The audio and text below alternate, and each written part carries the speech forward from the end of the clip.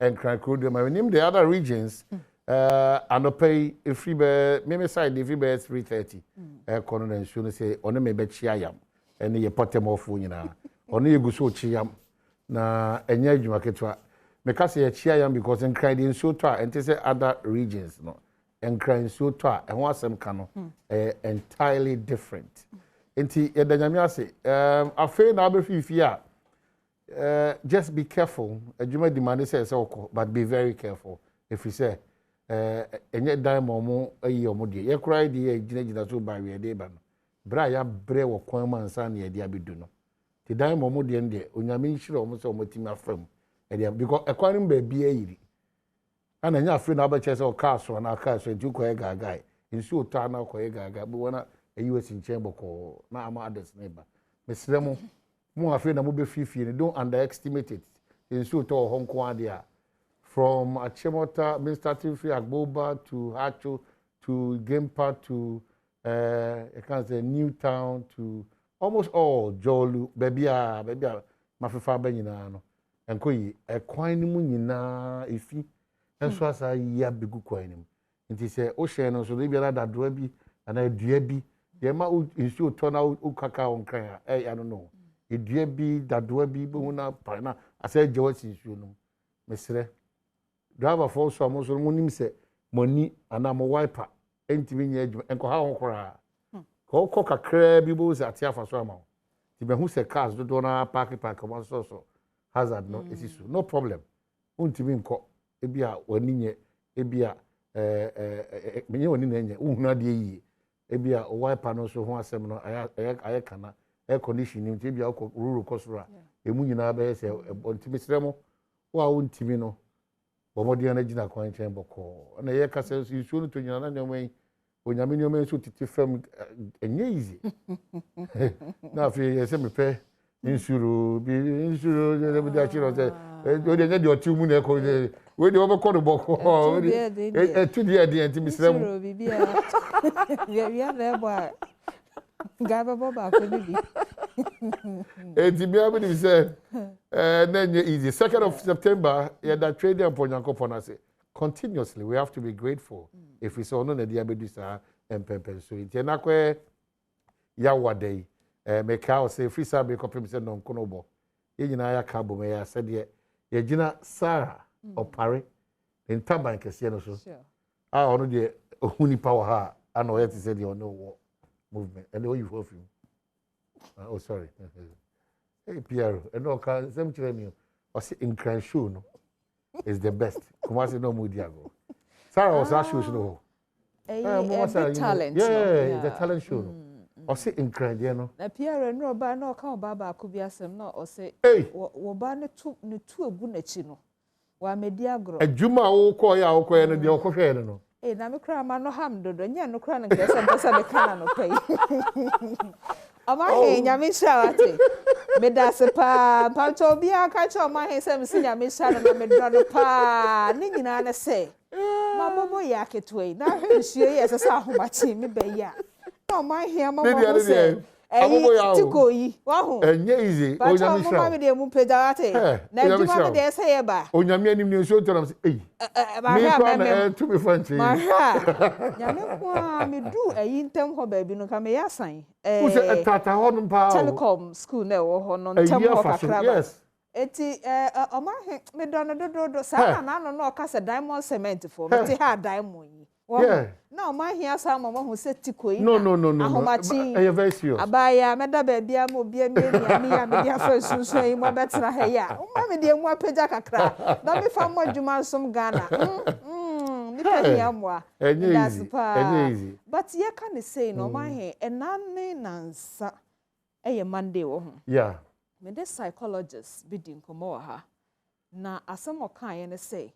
Enipa kunkum we ya sen ne ho we ya yese no enye enne de ha obi o de ye nura a ma ye ne yankọ ho no eno nya asem no na etia ye kane bola na no na ade gugugugu ho no nsio no na eba no nya asem no esa ho kwa abekwa koto wo nua no sema ho ne ana no ye na ye tena ha se de ye ne dwuma bia de ne kasa saa ne kasa se saa ensu ato ana ahomache wo yeah anoshi monso a nyame aboa mo a mosisi dan no montete bo no so village no so monsi afen so eyi de aka community ho ahwan no ye fe ho sen exactly me mo mani pa ko de dem hwe fa circle abontin so ha ko hwa de nipa mobo adan ne esisi ho for years emu na do anyina are na chen nipa de da abontin sio na etoi monso adwadifo na ye si dwama mo a mo se ye nko no ene sa kwan ne ho na omotete obeda akosija ye si dwama mo ne ye se monko ho na wa ene fa na na agboglosifo ko okro yisi ye fere ho korea ya masama ni aje kotoku mo na to mi se omokra da minister ase so de omoko mo ma ye nti asem ase na de ebe ye ne nebia no ebe tua ye ka chena me ma wache wae. Okay, so no see ebe ka kasiel ma menka sa na chwa ba so abetena se anochwa ba abetena se anochwa ba abetena se anochwa ba and we hear remix na so em na say we rap already oh wow me say did your I'm coming to serve you my hair congrats tere me na record label so I know me too so na me am to am I want am say they say we signature tune no man hine kwabena sad I was here no fu na wa ye remix na wa wo na ye kama oh nyame gusi sra good iso to bia wo no enso ndem say ba bia wow me kwada me ye bibia wie me tiesi for me tititititi ibedu afa akọ bare me kai se me ntam nso o ene ma coffee tema de be kasha be bia ji pupum me tia so so boa do be kwa koduru kakra me pack here MC cross tamo de eja wo soro na me ba na me mo mutimi tena ye so kenansa say Maya no Maya de wasuru ni because ya ho mache ba no Pajero no mo sa papa no me ba na me ka say diamond de no kra because me de no kra wasuru no enye adwuma wa fa ho ani me say na me tim pack me sia ko se Jesus na wura nsuru na me say etetani enye wura orabu na masa ko me say bra ma bre me chele bombo yeah mane ani pa hu na no pay no it's true and na so na me hu say say onkrofo bu o mu de yeye abro na ye o mu me ba cars for pen na ye nam kwan no so e dia ho ma che no be dey a mbe cross ye ni traffic se mu no me do o station bia traffic because as me see we do am ye ma ye dey no se de no mu ja kwan no so ma e o mu na eso da fine out e bi o mu de blanket kati o mu tie yeye ti abro no be ye o kwan no so ho ma che e tie no mu wai and no way you the blanket takato mutine and na dey about production of the day productivity of the day because sa ho mache na obi nya account for essence you hwe ni nyina ko wie wiper sam ne light out yes obi bia ne nye light nye adwuma enti okosi kwan so ye na to no so nye de peti ne bia enti ama obi ntimi nkwa adwuma me yonko bi say in the car no 6 bar baby I born bia no so park ho kan ye ni nyina nko ba bia o nyonko mianko maka o say baby ahyan ni bi du no hisi e dako ehyan ni de ye o bibia da so na ni ye na no hisia no ne hyan kan ya na o de ko no se o park na o ba he na de che o di moto abeto na ni a o de hwe kwan so na eye se baby asum ka bi du ho no but ne car no bob no a aye ton bi ru a ayi on to it is a bibia o ye bia esum du no a bob 20 cdc de o kofia no afa moto no ni mo nyanko ko nka metete na o kada na de betu ka na mo 20 cd na de beto bob aka metete na to de ka de pa da ko be ba na nsi ho ne o nyanko we de profo e bo apayo okay so baka ofa kase mo no e do chi be ka se na ya wada agokansi rada ana afisem ana pensem ya kwaba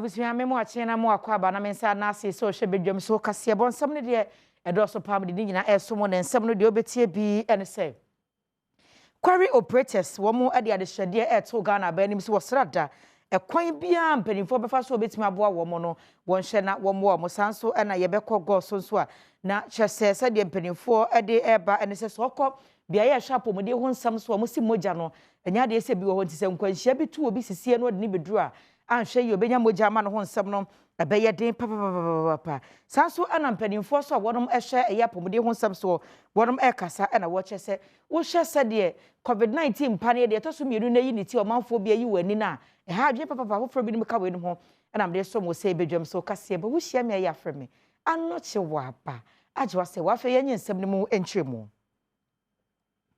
ya ji ntremu ana wo mo eye adwuma obia ya hodo a ye pai abo me kyerɛ eye quarry operators wo mo de adehwede mu oden eto abanim se wosrada wo mo adwuma no asade eye mpanimfo ye to na jeje mu no emmo bia mpanimfo wo na wo betimi dia so wasene na quarry adwuma na tumi agina brane no wo mfa no mo no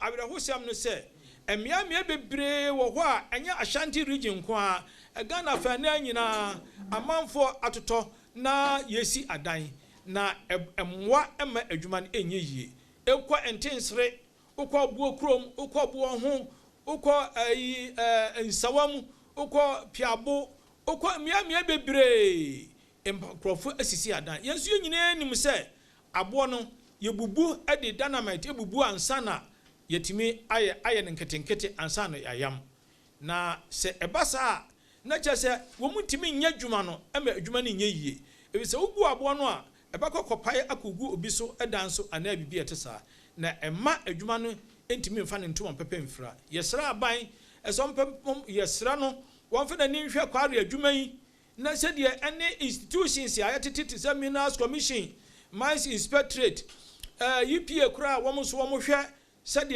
yie betu yie yebetimi abubu abo no in a friendly way and environmentally free.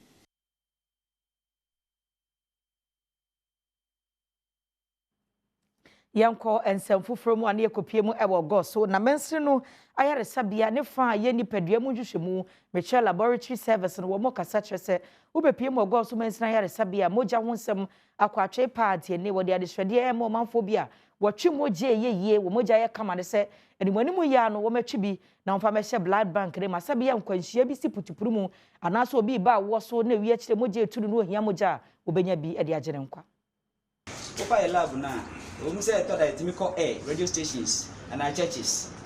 I can now say in fact ye moja sem na call form. Ti ye hia moja. Bi o wa bi mu ba e betwi. But say den ka ye pen no ye nya ne sa. Ti ye ma uba go hospital moja sem de mu e. Keep moja for emergencies. E betima to me. Ni appeal to the general public say obi am free ni pem.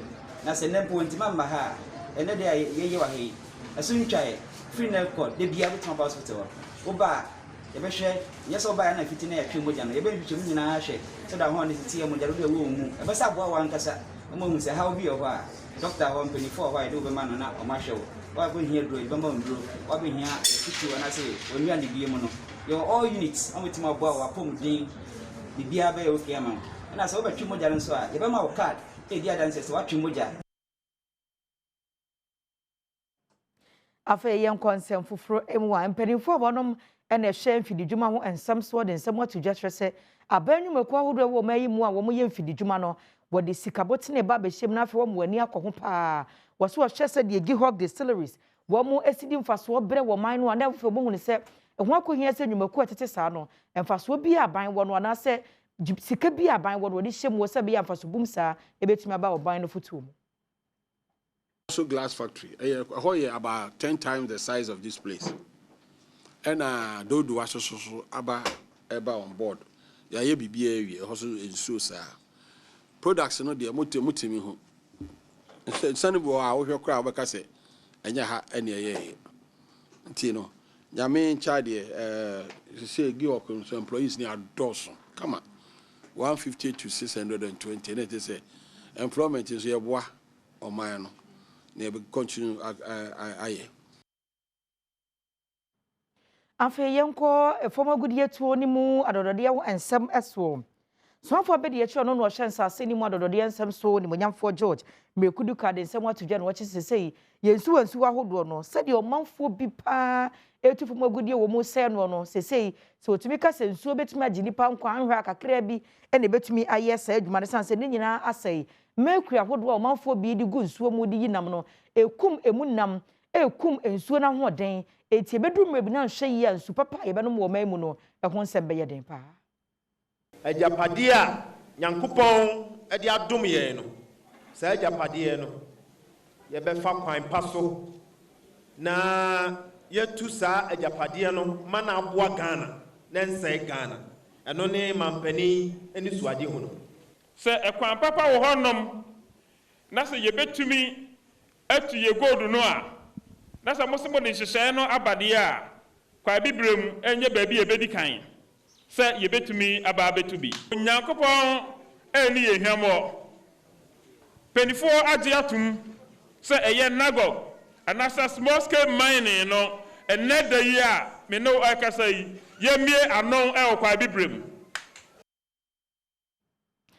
yɛmfiri George mrekudu kansemu na yɛnkɔnsɛm foforo emu a na panyina wɔno ɛna wɔkasa ɛma eku a wɔno mo ɛna ɔno aduane ɛma nkɔde wɔ school metre school feeding program no wɔnom APRO ɛyɛ Siba Alpha na wakasa no wɔkyɛ sɛ sɛdeɛ na wɔtwi mu yɛ frasia a wɔn anu aduane caterers no wɔnom kasa sɛ bɛyɛ anka nya bia no mpanimfoɔ nhwɛ na mpɛsua aduokron enso 97 pesos ya mpanimfoɔ de ma akwadaa baako bia dakoro so mfa no aduane ma wɔn no wɔn tumu nkɔ 3 cedis no ɛno ano no sanse aduane no nyɛ sɛ bi opese wonu ani biara saa de mankora de nemmom opese wonu aduane a ɛdɛ na ahodi wɔ mu akade e woso de wɔ mu bia na woso de ka ho enti 3 Ghana cedi ne de ɛna bɛbɔ mu adwuma wo ye no akoyi minim that goes into their 3 pesos proposal.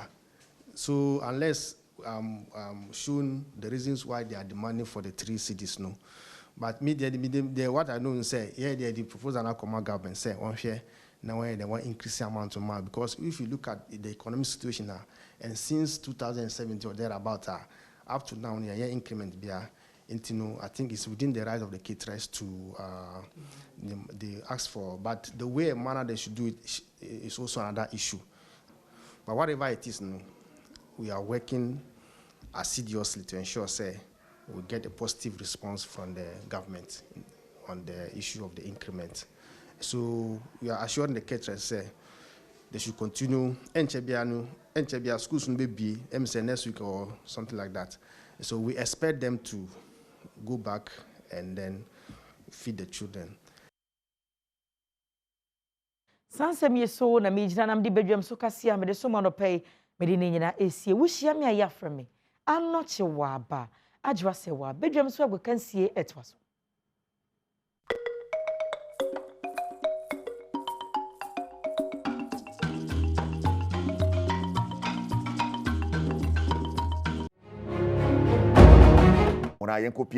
was the senior national soccer team, the Black Stars of Ghana, were more catching patch. Next year, you AFCON. Now AFCON, you could do never in Fiedria Naya. Yen to me, and ye AFCON be. But it's major the Angus and the Sarkes, no, but you qua, it's me could do find a crime. I just say, baby, enough to say something there inside. No other, I seek a corner in some to join a head coach.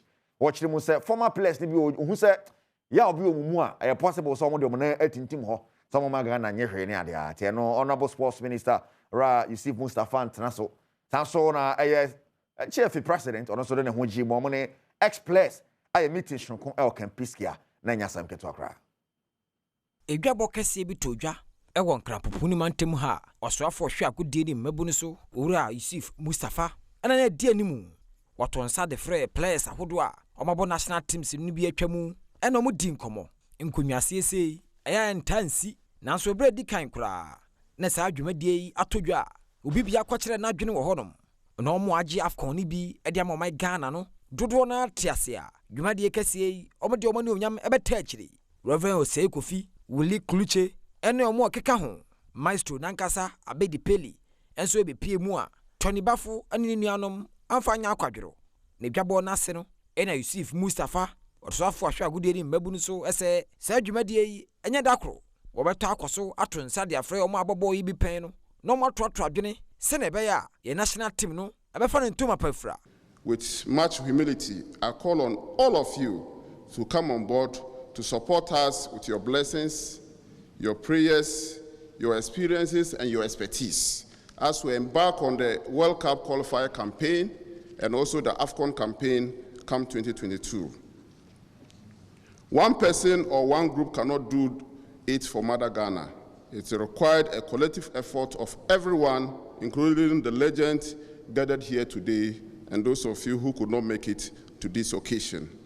Moving forward, I have decided to hold such interaction in zones across the country so that I can get to interact with those who could not make it here today. I'll also take opportunity to meet other sporting disciplines, not only football. So we're meeting legends in boxing, athletics, and other sporting disciplines for a similar exercise to interact with them so that we can tap into their experience and also into their expertise and their blessings and their prayers to move the sport what it's dear to majority of Ghanaians is sports. Na GFA President Kate Krakunsu be pre dwumadie na se a wɔbɔ mpanimfo yaba so esanse sere ɔmo sɛ nimdia ɔmo nya no ɔbɔ ɔmo no ɔmo fa ndom ɔmo nuanom ketewa na botae si ɔmo Ghana ni so ni sɛ AFCON no yɛbɔ akɔgye na yɛsan akɔkɔ piem World Cup. Mpamocho, if we have in any way offended any of you along the line of duty, we are sorry.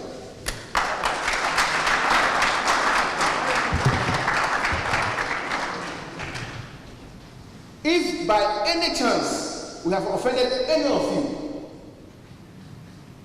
Mr.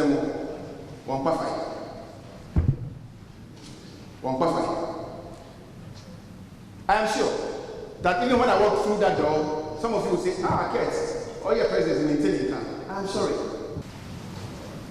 All of you would have wished that when it comes to the biggest assembly of football, the World Cup, you'll be part. Some of you have been part as footballers. Some of you still want to be part, even though you've retired. This is possible. All of you have varied experiences on how battles are won. But what you all agree to is that it doesn't take one person's effort to qualify the Black Stars to the World Cup. It doesn't. If you take his effort, my effort, your effort, our collective effort to make sure that our Black Stars will be there. And that's why I need you. That's why my minister needs you. That's why our president of the republic needs you. And that's why you also need me. We need each other to ensure that our Black Stars will make it. Yes. Because clearly, if we are able to make it to the World Cup, it will be a game changer. Na dwumadie ne kwawie no, ene Reverend Osei Kofi, ono AFCON no wagye bi pen, wagye akasemu a, wɔkyerɛ sɛ dwumadie kase sei ɛsɛ fata, ne ntansi, so obesi ɔsoafo hwe agudie ne mmabu no so, na wɔkyerɛ wadwene, ɛno nti ne ma ɛhyɛ ɔmo busu bia no, ɔmo de to nkyɛn, na ɔmo ta national teams ahodoɔ n'akyi. This is the first time I met who BBC say eku emu achem ye ne say abaya baako a say ye nyina di ho nkomo na ye nimu no nso so no say omso ma me kwan say tam bia ye pese ye mu bia ye wonim dia ne betimi ne blaster for no ahia adarete wo mu e bi say wo hwe ye time no na ye de 19 years and ye win 4 caps na 63 65 78 82 no 19 years ne ye de win na 40 years in the next year, you really be mudia. There's something wrong. And the Nitiati one say, Kabum Beba, and will be a friend. Mona, I support to Blaster and again. I said, yeah, Ghana bit me, I found to my Efra. No Ratoni Bafonso, Black Stars, why signing at the Amayan Pain. Also, Kasafan Shimu, Amado Copim so, El Campiski Hotel. Now they have the blessing from everyone. The legends like Reverend Osei Kofi were there, Awulekwe, Coach Ibrahim Sunday, then Dan Owoso, Willie Klutse, Awulekwe, Abidipele, Sami Kufor, and many others. They were present and they have our blessings, so we wish them well.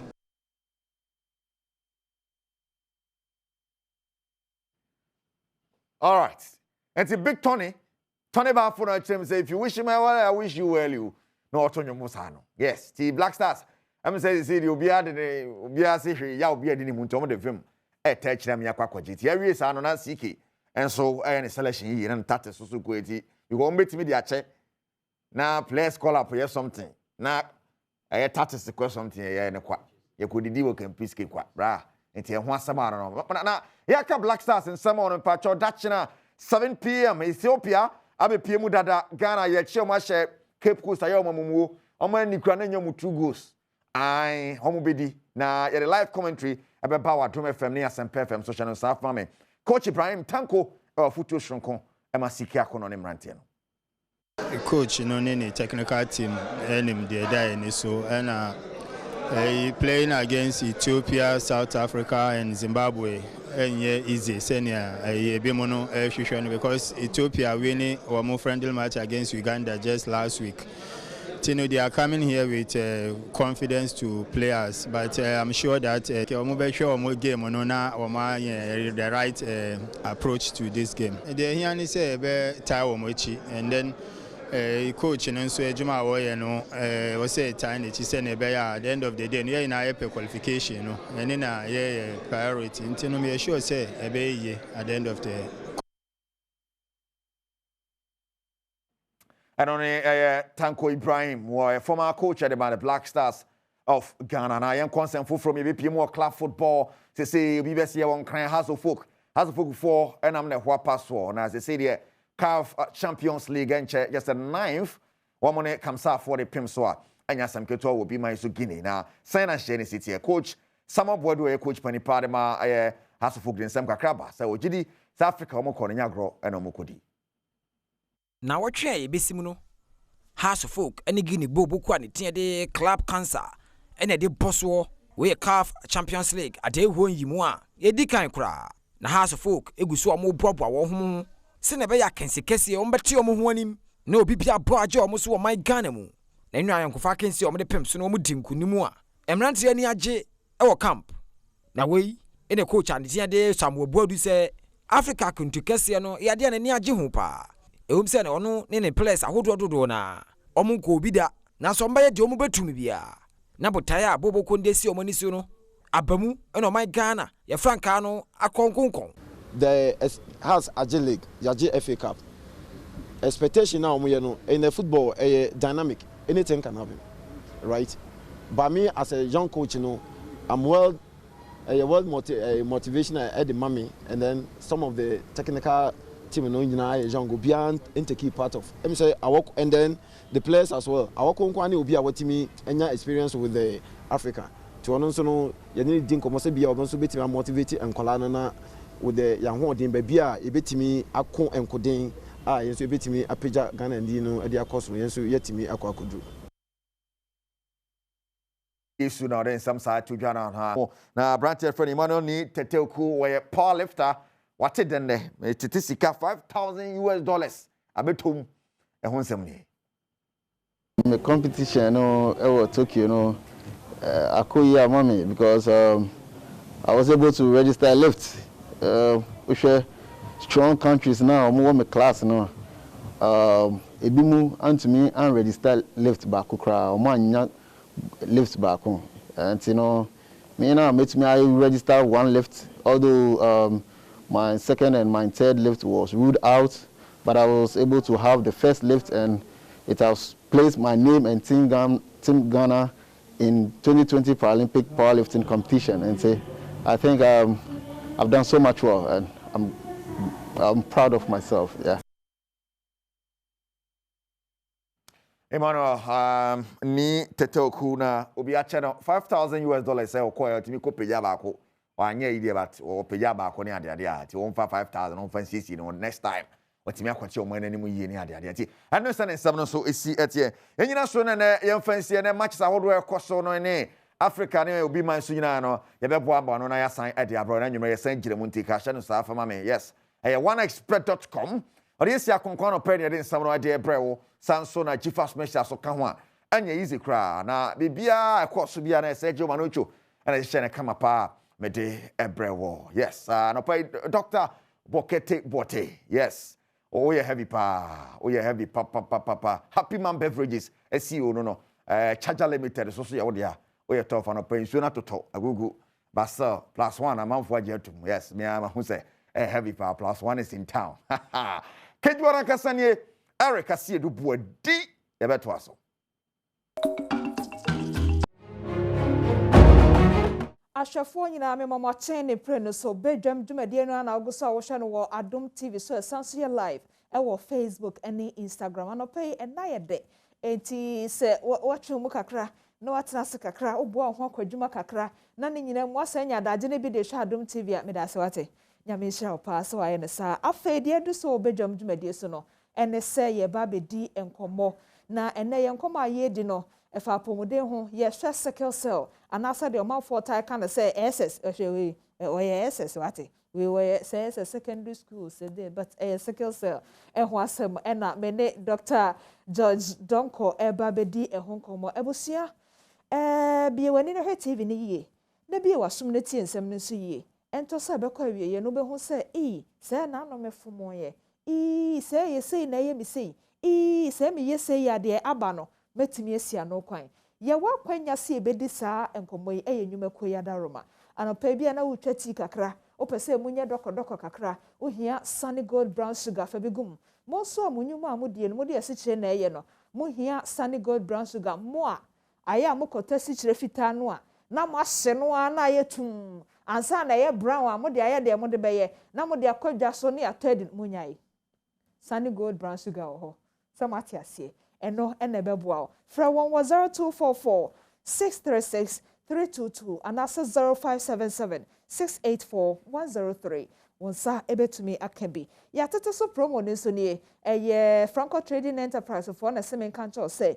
wo mo atete so anopai se de nsuo yitoi wo de fa so kobo obi afitire efomo den no we nyina na Franco fo adwen ho no se abusia ensuo to enso fomo den wo mo atete omo niema so mo hia bibi te se iPhone, Samsung, Nokia, Smart TV ene ne keka ho ni phone ho akade bia no Franco Trading Enterprise wo ba bia wo mayimo ukọ ho a wonsa ebeka won nepa no bi fra 1402464222338 and I say 0555939311 na wonsa entumi enka won nepa no bi me bo wo mane say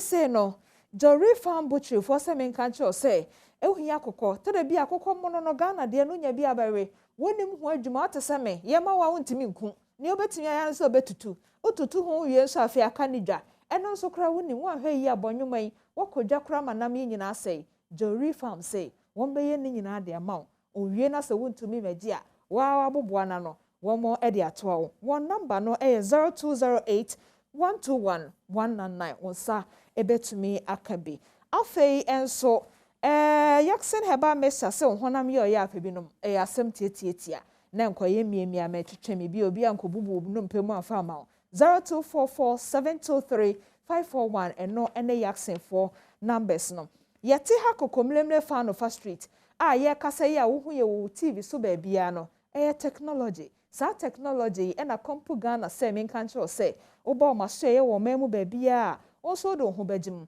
ene woni kita ho 0243 143 na omonie mapa no ma wonsa entumi enkabi Amas Farm Limited so wo yarefa okọ yarefa nkokọ ho adwuma no moye mo amohia nkokọ nyina mo famo ni nkyere ho opemu asembisa bi nso ansa na wakọ a 0244 133 533 sa nwuma ku ewukodwa so amesra o se aya atọwọn adwaton de ni bi na wonya sika fa bi mebu afisem komocheche na de bia ye ni nkomo a ekoso ewo yen afiefiem medase se waya ne sa na obeye ne sanso Dr. Jordan Compacha Mache na pom to say Ghana dasio nyame hyira because we said den sio ne hyase se ta homache na say de ona nka de onim de ene ade mo fra me phone so na me ne Ghana fo nche nim de ne bi but waba nyame hyira me ni so pa ne waye nti nyame hyira no hyira wadwuma so wate edase anope ye din koma fa sickle cell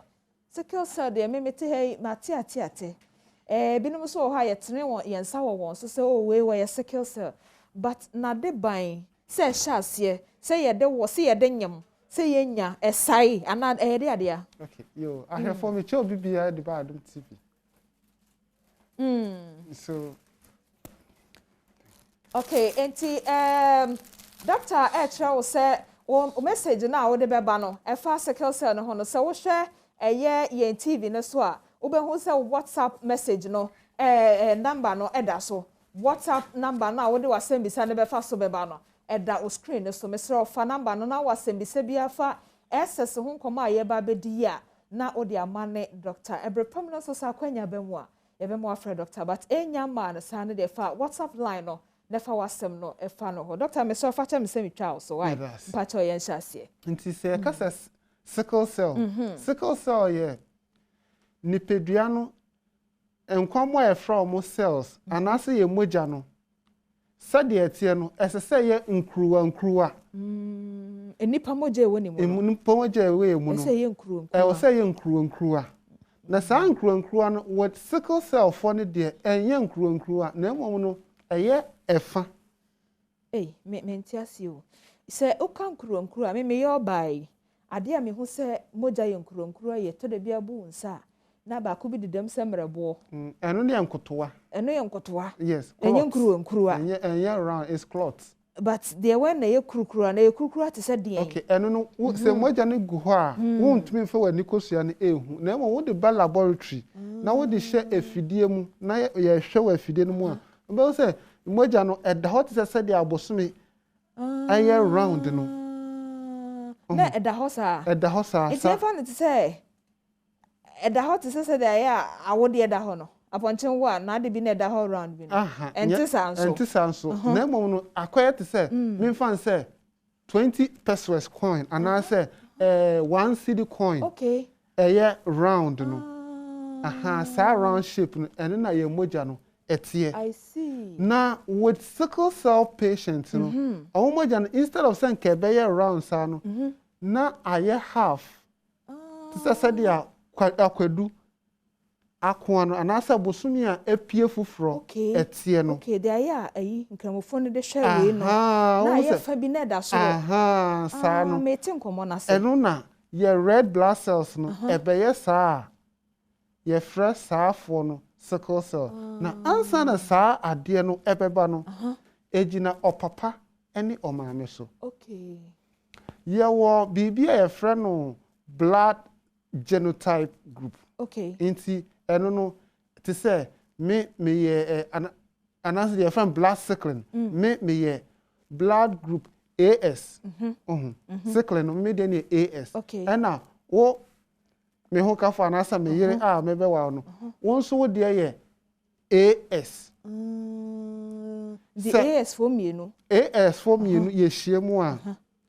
ye fa fra papa no e de ne chromosomes are 23 within 23 chromosomes now or the maame no na maame no se de ne chromosome 23 aka ho na akoye 46 for newborn baby na as a new form into your screen is so okay say na sickle cell for omomoja no etie na wo hwe esoro ho a left soro ho na wo se ba ku bi wo ho a eno de aye mua I said donut ba ku bi na oya omochim sa na ye moja no enkese ye okay but wo hwe na se anasa na soro ho na wo se emoja na I say aye efa ti se de abosome no etie no tina na wo ka kwadu asem no apa we apentu anyi pa no aye na se na tie inti sa na sickle cell for no omomoja no etie doctor wa bi ade ne se donut o wo ho wo hwe de da ha ya wo se donut na ya na se kwan kakra bi esichire gusu no na tokro de fifi kakra no Matias ye enti se ankoye donut emuase no a na koye fa na nipa no ye sickle cell na wo ka se efgina oba no ne bema no so oba ne bema no inti papa no de ni chromosomes 23 de bema maame no na maame no se de 23 aka ho but eno sa exchange no de enye ade a wa wo hyeda wo hyehye na mom no abode onasa obo ade nim die mu no so oba ne bema hyemu a ansa na akwala no be form no sa exchange no papa no de maame no maame no so de ma without you knowing inti eno no na ye wo bibia e friend hemoglobin anasa emoja no within emoja no ye wo bibia e friend no S hemoglobin S na se wo hemoglobin S a eno no eye bibia e protect wo free mosquito bite. Okay, this anton man tonton cow and I bet me a cow but any o shey. Effect. Oh sir. So wo bi o mu a. Wo mu a. And to bet me a cow. Nanso effect e dem. But for malaria no. Wo be twa fa so akọ baby. Okay. Na sa S mien wo ma papa no wo S. Na maame no so wo S. Na mu hia mu na mu san de SS ekoma makwala na afi akwa say S na it protect wo nipadua mu. Nti se obi enya obi yare sickle cell enye bayi enye nsuo basem dabi enye obi obehwe oba no odi asram ye no dabi eye nyinsen na hyase nti ode wo abofra ko nti se sa S mienu no ekohia na ediformi akwala no moja na obe produce afi ni bon no because emotion contains so many information, genetic information. Inti sa papa the S, maame the S e de ma akwala na. Akwala no produce e fe de defect abem. Inti defect no bemu a said yanka moja na we produce a few bone marrow mu no. E betimi atwe oxygen. Aya ye home mframa akom ma moja ni shape no akwaya te said dia donut na ye hu screen so no.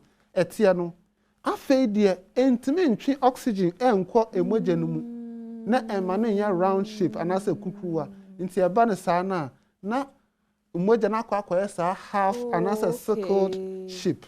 I see. Na de saa circle cell no e de aba nti ahoden a ebenya fi no mpanim bra wunyinsen no sese ema eyemua no na ankoye saa na akwa fa nti ekoba ne saa wo akwala no mu a unu sa wo hwe ye nipeduam efri ye tri so ekosi ye na ase a organ bia tissue bia anase nipedua na kwa bia ewo ho bia no ehia de ye frɛ no oxygenated blood anase moja oxygen wom. Okay. Now this is the case akwala na opapa ne omamia anyem na wo no ni moja no oxygen a wom no eye etosin nti se etosin saa na emoja na nka be kɔ nipedua na kwa no akɔma nipedua na kwa no moja ho odin a ebetia ma akwa na ye adwuma yie no entimi nye saa nti eba sara na efe ede eyaw ede abre nipedua na kwa no baabi nti ebi ti se ukotodwe usisi wuti ubrabo baby ya eya wo ya nti wo sa abofra na de bia sa abofra ne baby sa ye ne ya baby titru se ensuo sha asese etuto se ya wo se e wo se emoja no circulate na eboa cells no any tissues no manitimi ye adwuma sa afo no emoja no because of said ya aye sickling ananse aye efa no efa no abaye very attractive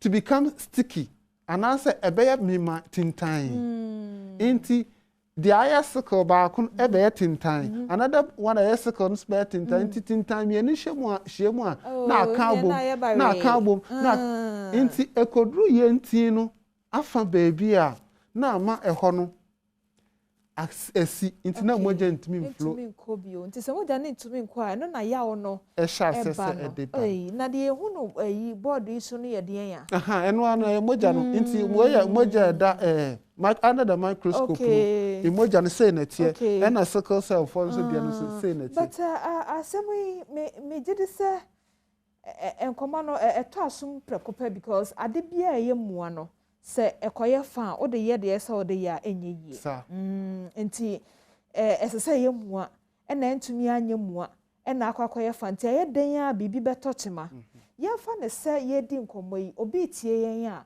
ne hawo no o wa bofra bi saa efibra o wa bofra no ene empire ne hene ni aka ne nyina o ye ne nyina bi asi but na wonim de ne se eyade e hya ase wo nyinsen no brem ahyase saa nipa no wanya wo saa bofra de wanya wo no ebe ha ne saa okay nti your management skills wo anase management way a betimi aboa na akwala no ne ho betimi ato okay Yeah. Okay. Inti ye drew treatment ni ye be kan ho asem. Na ye hwe some few symptoms.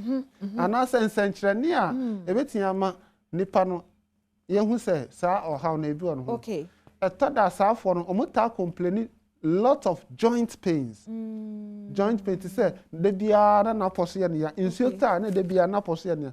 Na wo hwe nipadua na hu se oxygen, emoja oxygen wom na eboa na etimi nyi. Because saafo no omu nipadua no abaye deprived from oxygenated blood nti they begin to experience their friend stunted growth. Inti enka or say odru age 13 ekwa kosi like age 16 no or your bar obesha say obenya ne menac. That's the first menstruation. Saafo no na a delay. Ebetimi akwa anim na Emma. Woman to me do is a hen Emma. It will do a bit to do up to somewhere 19 years. Now, menses no Emma. I see. And we are back. Okay. And now, who say, Senka Osimesi were the same month.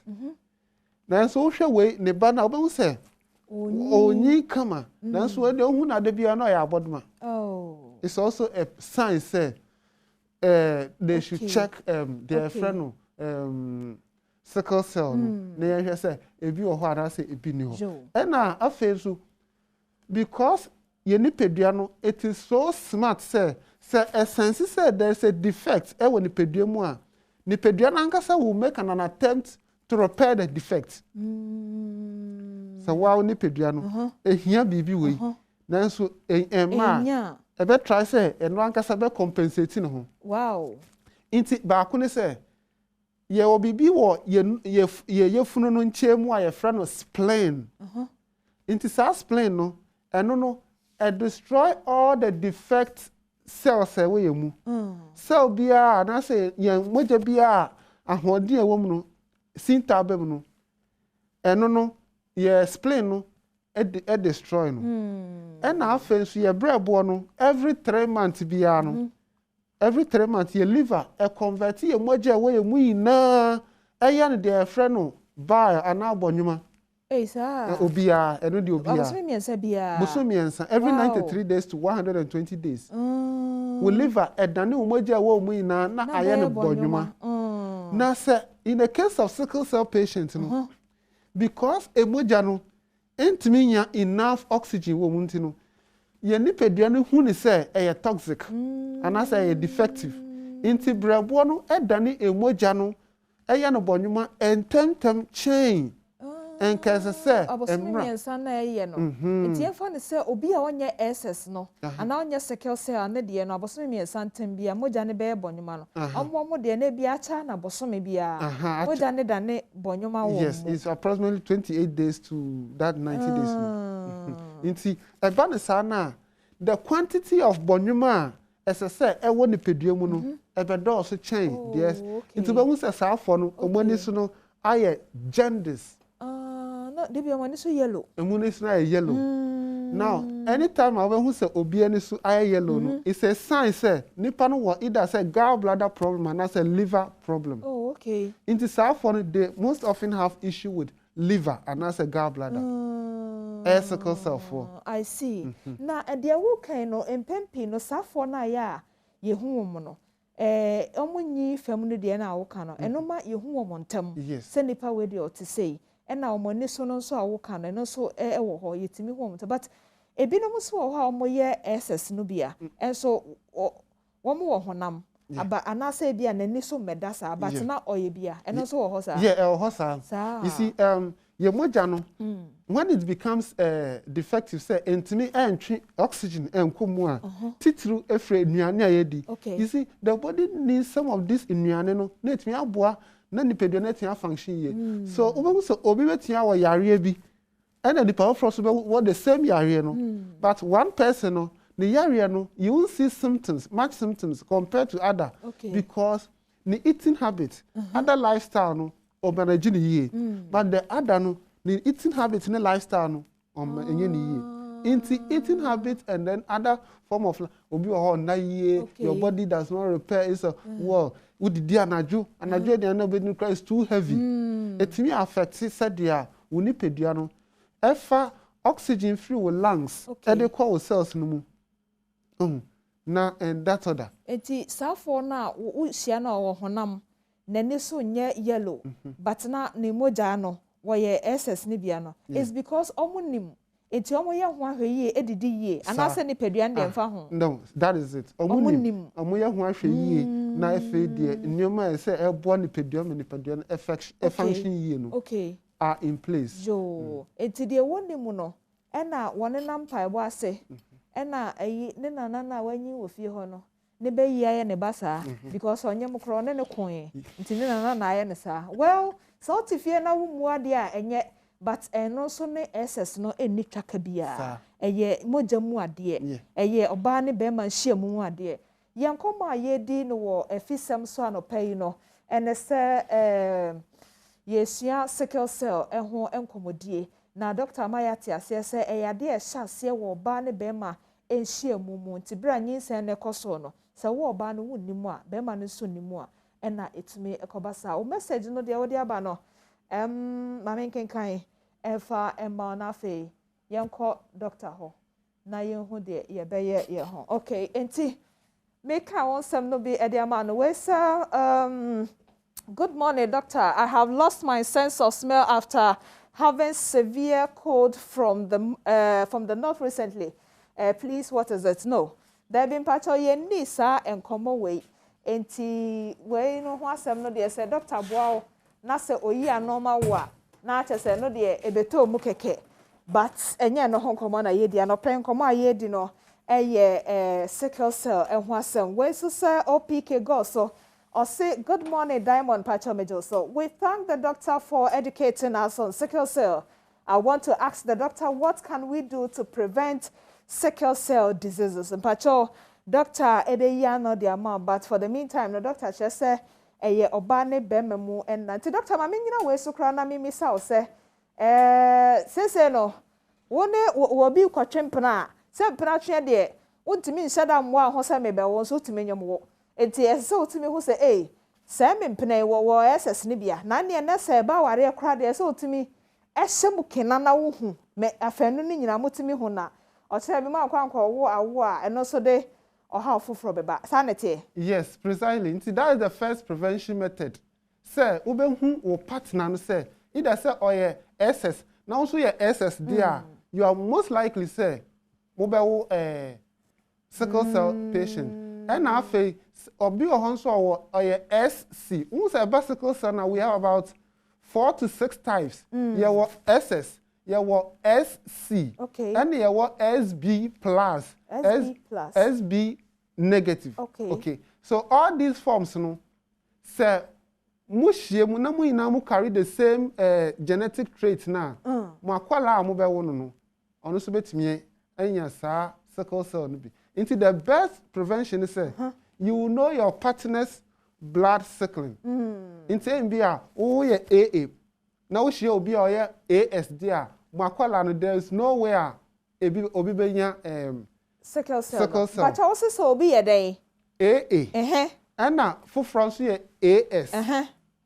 Mushiemu a obia enwo. Okay, enti AA no ko twitwaje AS. Enti aba na sa akwala no onye AS ya onye sickle cell. Anna say papa ne AA, mama ne AA nso a you are safe. Okay, okay. Enti abusia na wo hye ne nso na odi bi e2 trim. Yenko wonsam ne nso bi we say good morning Dr. Joseph say please, can I ask an O positive get married? Okay, person who say yes, any O positive. Ebe to me awaria na Elizabeth na di we fi enkoko eba Lizzie Mr. Dr. Beyi no e di amount why? We say I am SIRIB. Hey, I am okay. Pacha so yes say IB. Yo, say IB watching live from Agona Asamani. You are doing a massively job yedase. Yeah, that's say I be. Where so the or say, good morning, doctor. Ofi enzema a sickle cell kill early. Okay, until no person who's a sickle cell no so binya bia e kunon tamwa na. We say good morning, Sister Diamond Pacho Mejo. So or say please, what is the age limit for a sickle cell patient? Yenyina we so ni yin sam na no na fe. doctor say obi edi aya omotai ka say sickle cell de enche obewu enche obewu ena obi bisa say omodi san a ena e bia obetumi afrim. Okay, inti you know sickle cell because you can say ye moja na we mu no ehia in oxygenated blood na etimi fuel other part of the body no, with tissues no so that they can function well. In the case of sickle cell patients no oxygen ewa mu ni pedua mu no so low inti eba se akoba se akoma no na enya enough oxygen akoma no will begin to die gradually.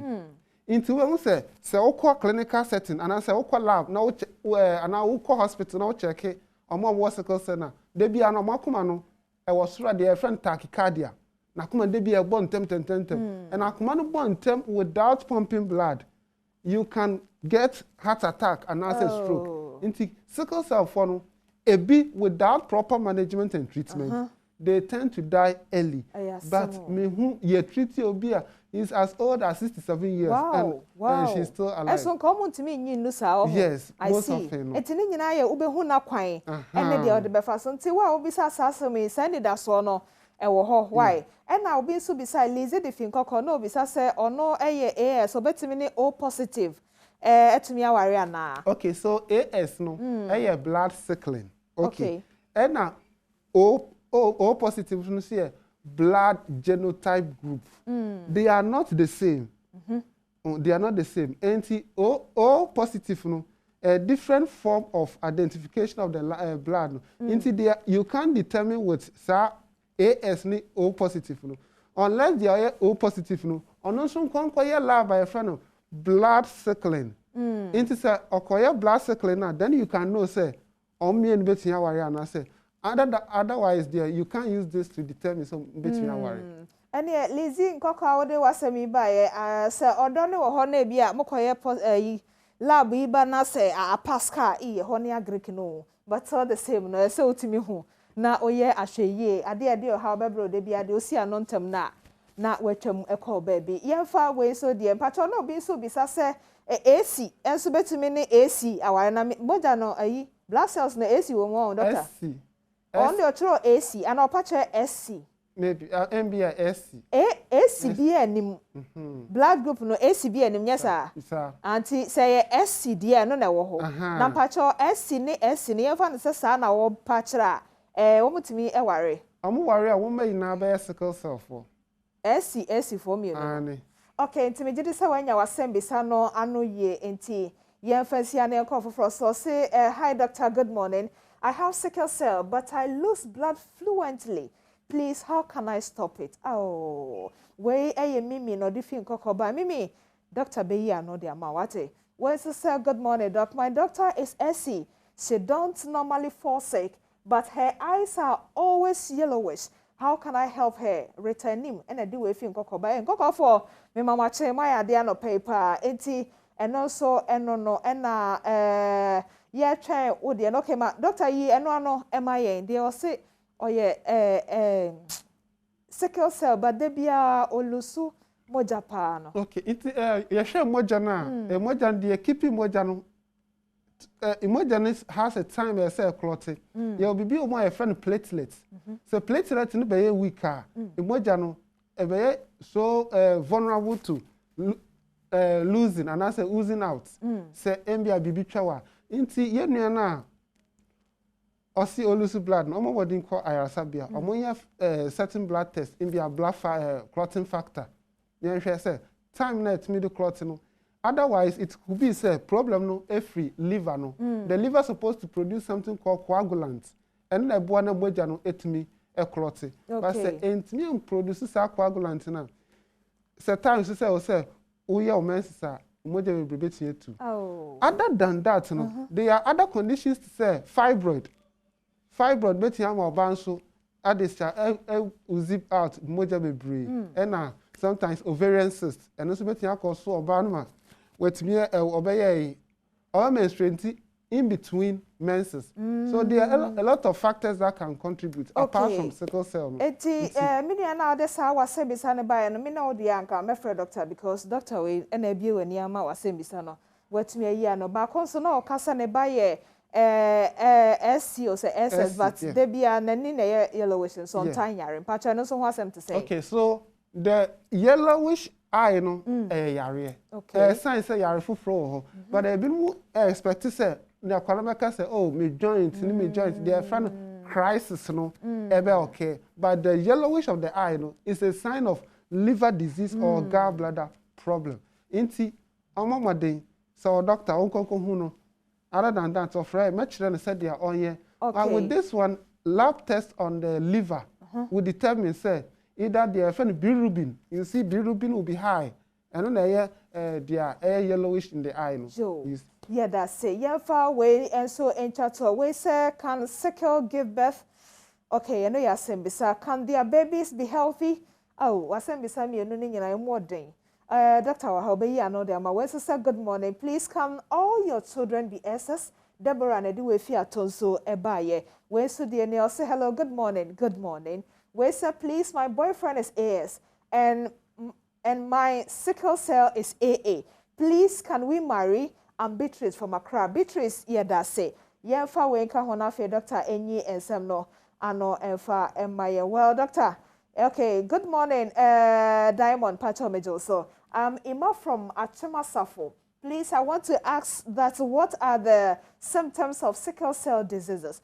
Okay, Dr. Bobo, so now, so, ye sembisana no ye hese Dr. Benya Kwenya no Abobo Subio Diama. Doctor, Baku ye ordene diane ba sam na kamekoma pa or say obi ye SSA obetumi awo na so timi won so a ne ba ne benya apomodin. Okay, inti SS betumi awo. Na ebe depending the type of man and as a partner be. Inti so nya bema and as a oba or ye AA. AA obetumi awo ne mani no bia experience sickle cell crisis. Okay. So ono ye SS na ne ma nukru ni ye AA. The automatic donor na nukru de bema no ye A. Into all the children will become AS, and they will not have any sign. Okay. And I say crisis. Into AS no dey ye chen SS no. And em na sa asem bi say me did say a year no de ma ba ko na no ka say the boyfriend ye SS. Ono dey or the friend visa. Oh visa. Okay, tell them patch oh visa anti when our boyfriend no mutimi komonim na ne aka no matwa so e de ayo and na we so bisa say ensentrene ne bi na obehu ne de Mr. Oboso dada na so ye no ma no. Okay, inti a bit say joint pain emra nsuato you become prone to malaria infection emra ntonto be cow because our protection na ebo ho ban from mosquito bite no and I say plasmodium no what there no is destroyed because of double S chromosomes now able together no. And now so a bit say yellowish of the eye. Stunted growth ontimi nyi akwara no benyi nemfie no per calculation term what the one up to now well you expect say enka obedru this level then so no there baby ana I say need that on so top and other organ conditions. Okay, yeah, tiasiente ye fancy hanom say na fe Dr. Mesro my own number no na ye be fro. Into you better from 0244 40 1878 0244 40 1878 and I say 0267 117 666 0267 117 666. Doctor yeda say enti efine kono de na ye wadwen se owo ye na obi di asrambe ye wo ba no ena oni obi kuntokwa wonyam no bo wudua ena wo maame no ona na atifie won se no cramp no nyinsen ne so ena o maye oba ne sa no oboa eye yare ehyasie firi nyinsen ne bre enti efine kosa correction no fire homework ne huna kwan fra doctor momano na beboa na yi wadwene firi ba kono so no enye sa nete eye enam ni hyiamu eho ensam ti efine ko yensan so ni no krama ye ho odone koso no na ohwehwe sa de ne so na kwankofa sem bia baba ba bia doctor ba yire pa ne se ohu akodi mu pa na modom ho ina nyisa akoba na bia na momienu nyina so se eye we bia well ye din komo etimoni na ho doctor Mpacho me da se yes me da se abusi am so try me ba na ye din komo foforo.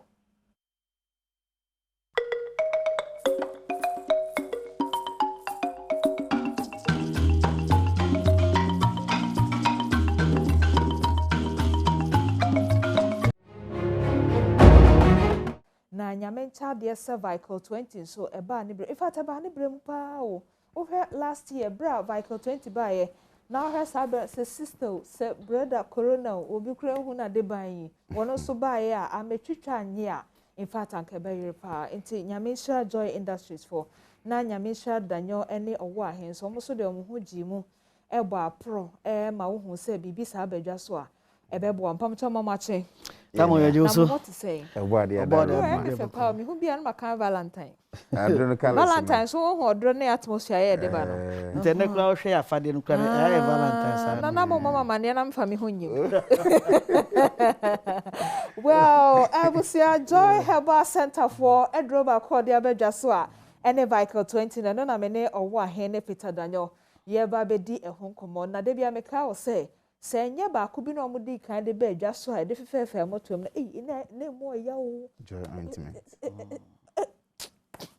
boafa owo ahen ye ne komo na man cancer that's it menchi afefo na menka say yes vical 20 no ban say afene na kakra ni a vical 20 by but metimi a tena ha kan ne say yankopon hira wo ene wadwuma mu penifo amen I think said the rubo ya nam platform isu boy omanfo nso so etu anamo koto adui ene vical 20 ye no ankasa timi adi ne ho adanse ya ma metimi aka kire say efie bia bewura mu wo man mu office bia obewura mu brono bia bekoso vical 20 obi ayisu bi ho da bia no obenya nipa edi adanse say aduro we die abeboa aso bi mada ye make up for no ba ko de lazy yes oni duty ano pain so say okwa because of the vical na yama ni fi until is in patcha won kra no waka because the wo kasa dance die no ntino and assemble akwa me ko ba bia me kan say so wo hwe me na onipa bia ni ho obenom vical 20 a wonya dance die emfa ho say wo yare ana say wo nyare vical 20 adwuma e ba akopɛ emma onipa wo immune system ahoɔden ekosoro onipa bia wo immune system yi adwuma yi no wo ayaresa wo ahobambo from infection bia obekaya na de bia ba na Peter mind the definition of immune system enti enna me no kasa yi yanya dance die me hu yade a meka say yenya obi ma no mfrɛ nka say na me yade ewi me nya dance die the most recent ones a yenya eye woman bia for 6 years ni onya na menses da wow enya say wanya menopause na bia tisa but onom vical 20 aba oyo obi a o eni pakese oso obi a besra na oso obegi onan ya twetwe ampa ono so hu se ne nan ya twetwe adan because na ne nase no atata the last time I catch was oba bi eni ho onom vical 20 onom vical 20 continuous or that's what menstrual pain okay eni ho okay enu echi me no ka say ne immune system e stronger kutia infections okay ya dia friends gonorrhea ya friends syphilis candidiasis chlamydia no high infections na sefo ni nyina vical 20 na mahu se na ekum yemrante ne yamaba wana ni nim young guys afre na wo kan the way a vical 20 aboa na start so onom no so the supporting immune system na gonorrhea na ne sefo odi hu adanse a ze bebre no na ohu se yade no wo ho but offer so de be ko hospital na obi de kra na emese o se otimi nya kukuduro no ko hospital obewura consulting room na doctor ni oba na information ode ma wo ba bria ye checking the details no nti ma doctor na nya idea bi ojon so obe ma mu hwehwe wo se da bi meanwhile no so wo sa problem exactly no share vical no wonya fe no ko consultation room akokana sem but yare na sa wow minim se ma beka we o platform so da woman bi e wonya stroke o se close o se ne ma nya so close to 6 years ni ontimi nkasa bi ono a ontimi nante o ta se ono vical 20 afi ontimi nkasa just last week ya lady bi a ewo radio station bi o so menya me call no show so no yes ono se ne nana e kan stroke asemi ya Monday ya no from se ne nana start e kasa o wow enti vical 20 no de ya na me kan se yanto yade din ansa ne ano yade bi a wo de o think on ye obi okra woni se da nim yade kopot yo yare de onim ne se enema nye okay ma no osore anopa ono a se nipadua na bre o ti bibi nka se menye fine nka se no ohia okra na o ka kire se oyare kwa hwa wonyi ni but no oyare ni ohia na se vical 20 no oyare o onyare o wo sore anopa kosi enwumre no eye immune system support drug na ne de enso kra na se onipa se immune system no e break it down wa aduro papa ni wiase bi wo hwa HIV fo no a enye yare ba ko pe no mo yare o eye because immune system na break down yare bia bi onu ma duro bi enye adwuma enti obi betumi aka cho so manum aduru anum na ma hospital nya hospital na nya papa ena nya sa aduru no nya papa immune system na ho odin no eni ho ebe support ama aduru no aye adwuma enim ti ne ye ka say empo say wo da aduru so at pressure for ne diabetes for ne ade wo da aduru so emfa ne mfie aduru a wo da aduru no so wait me anu aduru no o twen be 1 na 2 hours bia 1 like 20 but ade ba ko pe na me pe data so we pressure ni we diabetes data we start anu like 20 bo date na to okay na monitor sene na ne matie ansa na we start anu like 20 like 20 na ma homre kakra na wa be hu se wanu maduro well asampa bia etia but ye kan se obi nso ese me chinwe yo me niwe yo enti den ne den na wom e bia na me chinwe ya me niwe ya me fa we ne bia na bi o vehicle 20 enti ena danyo wa hanum se so beboa bia wa ben se scientist no we wo be kabro focus agu yeso but we na me kono boko ayi de ya bia se danyo so be kono boko da mo wo hu o wa hene ka pressure ho asem make ka pressure ho asem ka krebi o se met mama explanation adults but emerenti mebo so tetetew it make pressure ho asem na UTI urinary tract infections o dia say pressure no yare pressure no e kwan huro mienu so na ba ni pedua so na edi kan ye nia ye didi fiti ye nkola bremu sa ya dore srade aboa kwa asebita frache na ntwi aponche a onu we grass imura no kura no udwa na srade e woni mu na ye nipa ye we nam srade esa we imura ne sanina no ye de srade de bebrebe I see enti srade bi wa ye friend LDL low density lipoproteins makono boko we de da form no kure na se cholesterol boni ekotata yentini mu esi yentini mu ekwan the arteries the veins the capillaries and I say vessels are moja na mu no esi ema moja na ne intimi nko insak man contract and I say relax here moja na nko enti eba ne sa na moja ntimi anko wadwi mu a na yesi wadwi na nya accident ka otwim say akwanhia nsa wadwi nya akwanhia bebe na di stroke no and I say wuo de eba no enti na address here a friend vehicle 20 no e contain a lot of phytochemicals emulsification kire say ehunu anase nane srade na esi ntirimu kwan no it apart from say vehicle 20 year immune system support drug and I say immune booster no contain a lot of phytochemicals e be a saponins e be a triterpenes e be a polyuronides e be a reducing sugars any other alkaloid based compounds are and none says it is a one vehicle 20 a on says akuma no e pompi na moja na ntimi anko a e ma pressure no koso it says anwa nyina na ne pe after pressure be regulated asampa ena danyo akachro no enti we no de okan ye ba kwa aka mekoma no se efibra ye wo ene kra na ese exclusive o kane no wo to ho tim ne ye ma wonsuo ne esesa nkwan gu enum we didi saa de besi nenti ni nyina eye nipadua no bone one way or the other cycle 20 asamode ba ko no se o hye ne so no se wo drobi mpa awo no mu a ana wo de wuchi a onfa and still obetumi afa enti hye ne so ba konso asese wo hye ne so wonkomo ayede yenum se enne 2nd September ena wo start ya no vehicle 20 a bo date ne to obusia obeka dance for no ho na abeton sisters no ana ema ne nyina abi you know what I mean ne nyina na mo ho atomi enti ye ka de ya chiro je number C na fre ne pebito odo unemployment association na edropa nipa afunwi wo disa line nim wo je de yen wo ho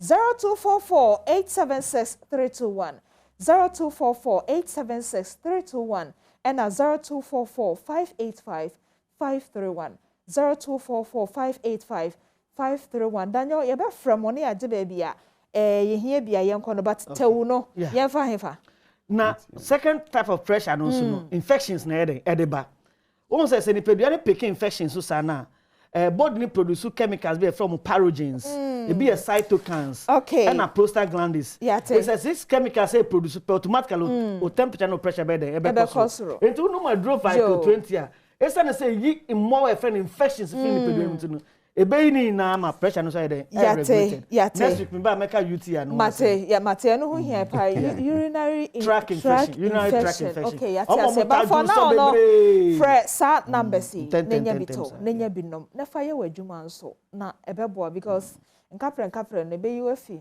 sa online employment association no mu the amount Ms. Zapora na nakuya happy birthday to you obi bia na ye wa woda no happy birthday to you okuno Isaac Otrebofe na de sa wodai efa meso the amount happy birthday to you and na ye fia kota woda happy birthday to you nana ya kunadu of Peace FM happy birthday to you in advance nana I was young come me vehicle 24 edi ne hey yaka na ya kiro uye ni peifa na mwa na asumdwe emrefi na akra wato nura bredodo ne tia watwam ane vehicle 20 me da se wate owo ahen pacha me da se danyo pacha wonso me da se afa yo mai hene kwabna sante de eye pesen mu no ebro mesrew se to abama me na me ninkunim say your best female news anchor of the year obeto afa star 714 star 66 hash star 714 star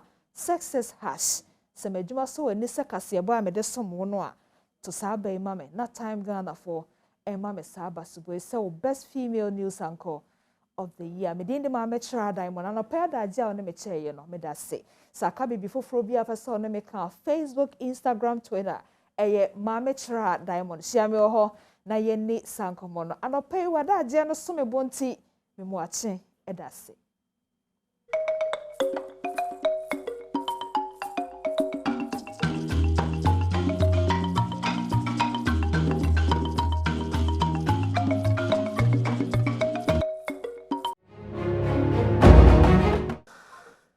Okay, isoro gusu eto tino.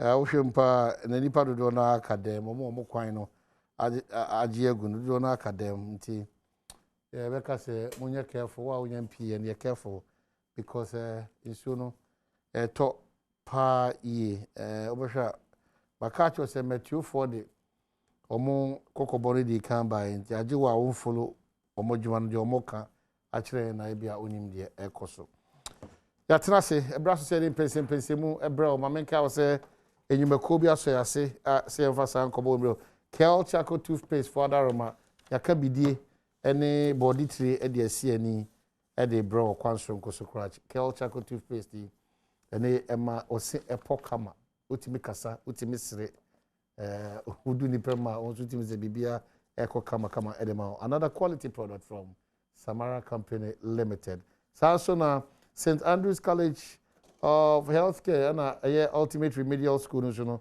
make how said the ultra so atosin biano.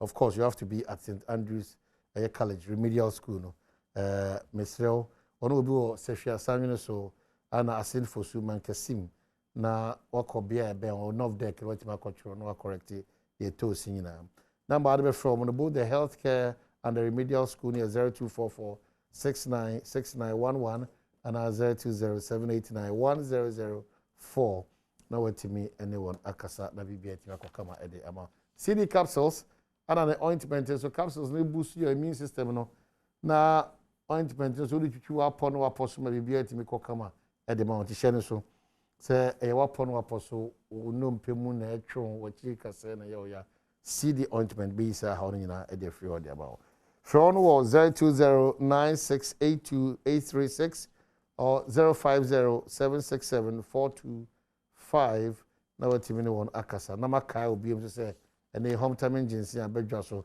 6 stars pharmacy adaroma one ne Sunyani Municipal Assembly na hwe animu 02342988 and 0206106799 na watimi ne 6 stars pharmacy a ewo Sunyani etimedink ho hometown agency enemu yade bia no eyi free oprekope de ma ho e ma wo sa adwene na biri bia da e very sharp a otimi da kaka yade na fem aboy yade dodo na e ho ban chene so se dodo na nkasa de one 6 stars pharmacy for ebe kasa on 0200 342988 and 020610 679 na what TV ne wona kasa e bon kai bi me say nsuo no se wo fie na mpie a eto yie pa enti misrew obesi montin nsuo de jebre na hunu se obetimi aye de se wo ye o car na sinton wan fence abonti o wiper o side mirrors no driving mirror o tires no o brake o nsuo to sa na enya adwuma ke 20 share so ansa na wasi abontin se one umbrella ana afa wo coat ni bia raincoat ni bia na wo de agu car na to se de bia wo share ya ya ko kama ompa bo anso ehia se enye boot na wo se wo share sara mpa bo bia boku ni dia and you're careful because chroma bibia o honum na afi matu fo so se ya yesuba ya enye papa ensem fata no edi ade edi eburo ni ato atwene na enum so wie ni ato atwene enum eye drink bia o chance even na ato atwene bia ona min kran monte so fiti ahimachi be pama do pay a o hwe de abegu akwan ne so a eye drinks aya no ma ide agu abonten plastic and can eye nsu aya no ma ide abegu abonten ya ball and so nsuo beto a ehwe benkum ni ahwe nifa ni aye fast ni ato atwene kwa anim no eno na afa nkran monte nyina ama nsuo yiri efa eye miamia odo. In fact, from Pantine through to Agboba Blaje to you can say Rees Junction, Hacho, Gempa, Jolu, Abelempe, Newtown. It's not the best. It's not the best. It's one kuta kan kiti I-10 ne veto said then it's a car saying kiti no. When you're very careful because insure ho de no different. And if you money be able go kan so a be able to me water in him. And very careful. Nti misrel mon share so na mon hu say e ade a ehia kese pa. But what else is here in common bro. First time on my show. Mami mana kwaba. Lawyer Stephen Kingsley. Benye. Yes, Benye. Benye. Ko Benna na ko bi. Benye sefi. Pa. Yeah, Benye. Benye eye be krum. Pa, yes. B. Yes, okay. So Benye. Yes. Oka NDC ono communications team no. Lawyer. Yeah, that's it. So I just say na.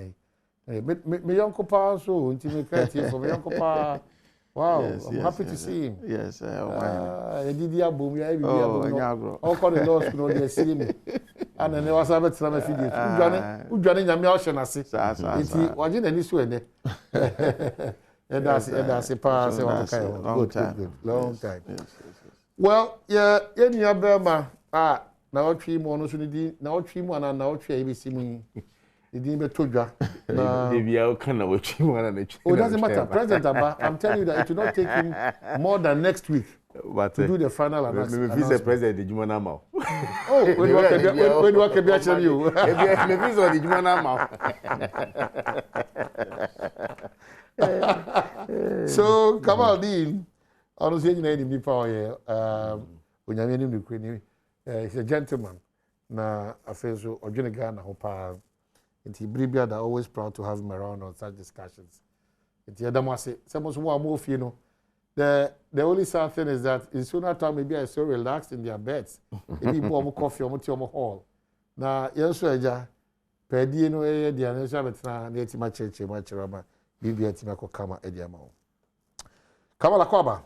Abejoso. Maybe I'll tell you soon to. Come on, so not I'm here. So what did you see? What was coming? It was quite. Is it because na me I'm be making attempt to meet me a dodgy traffic. Because far can be we have a lot to do as a country, even though we are doing it. But I was say more. Na a drew baby a man you say mood there. I was say na emu propaganda no yen reduce ne kakra na yen ma oman no ho asem de bia dan miti me ka se miti wa e wo ekosisen that segment na ye dwena oman no ho no e wo say yen nyama ye wo amanyo semmo yen fa na enye fapem because obviously service to the nation is service to the people of Ghana.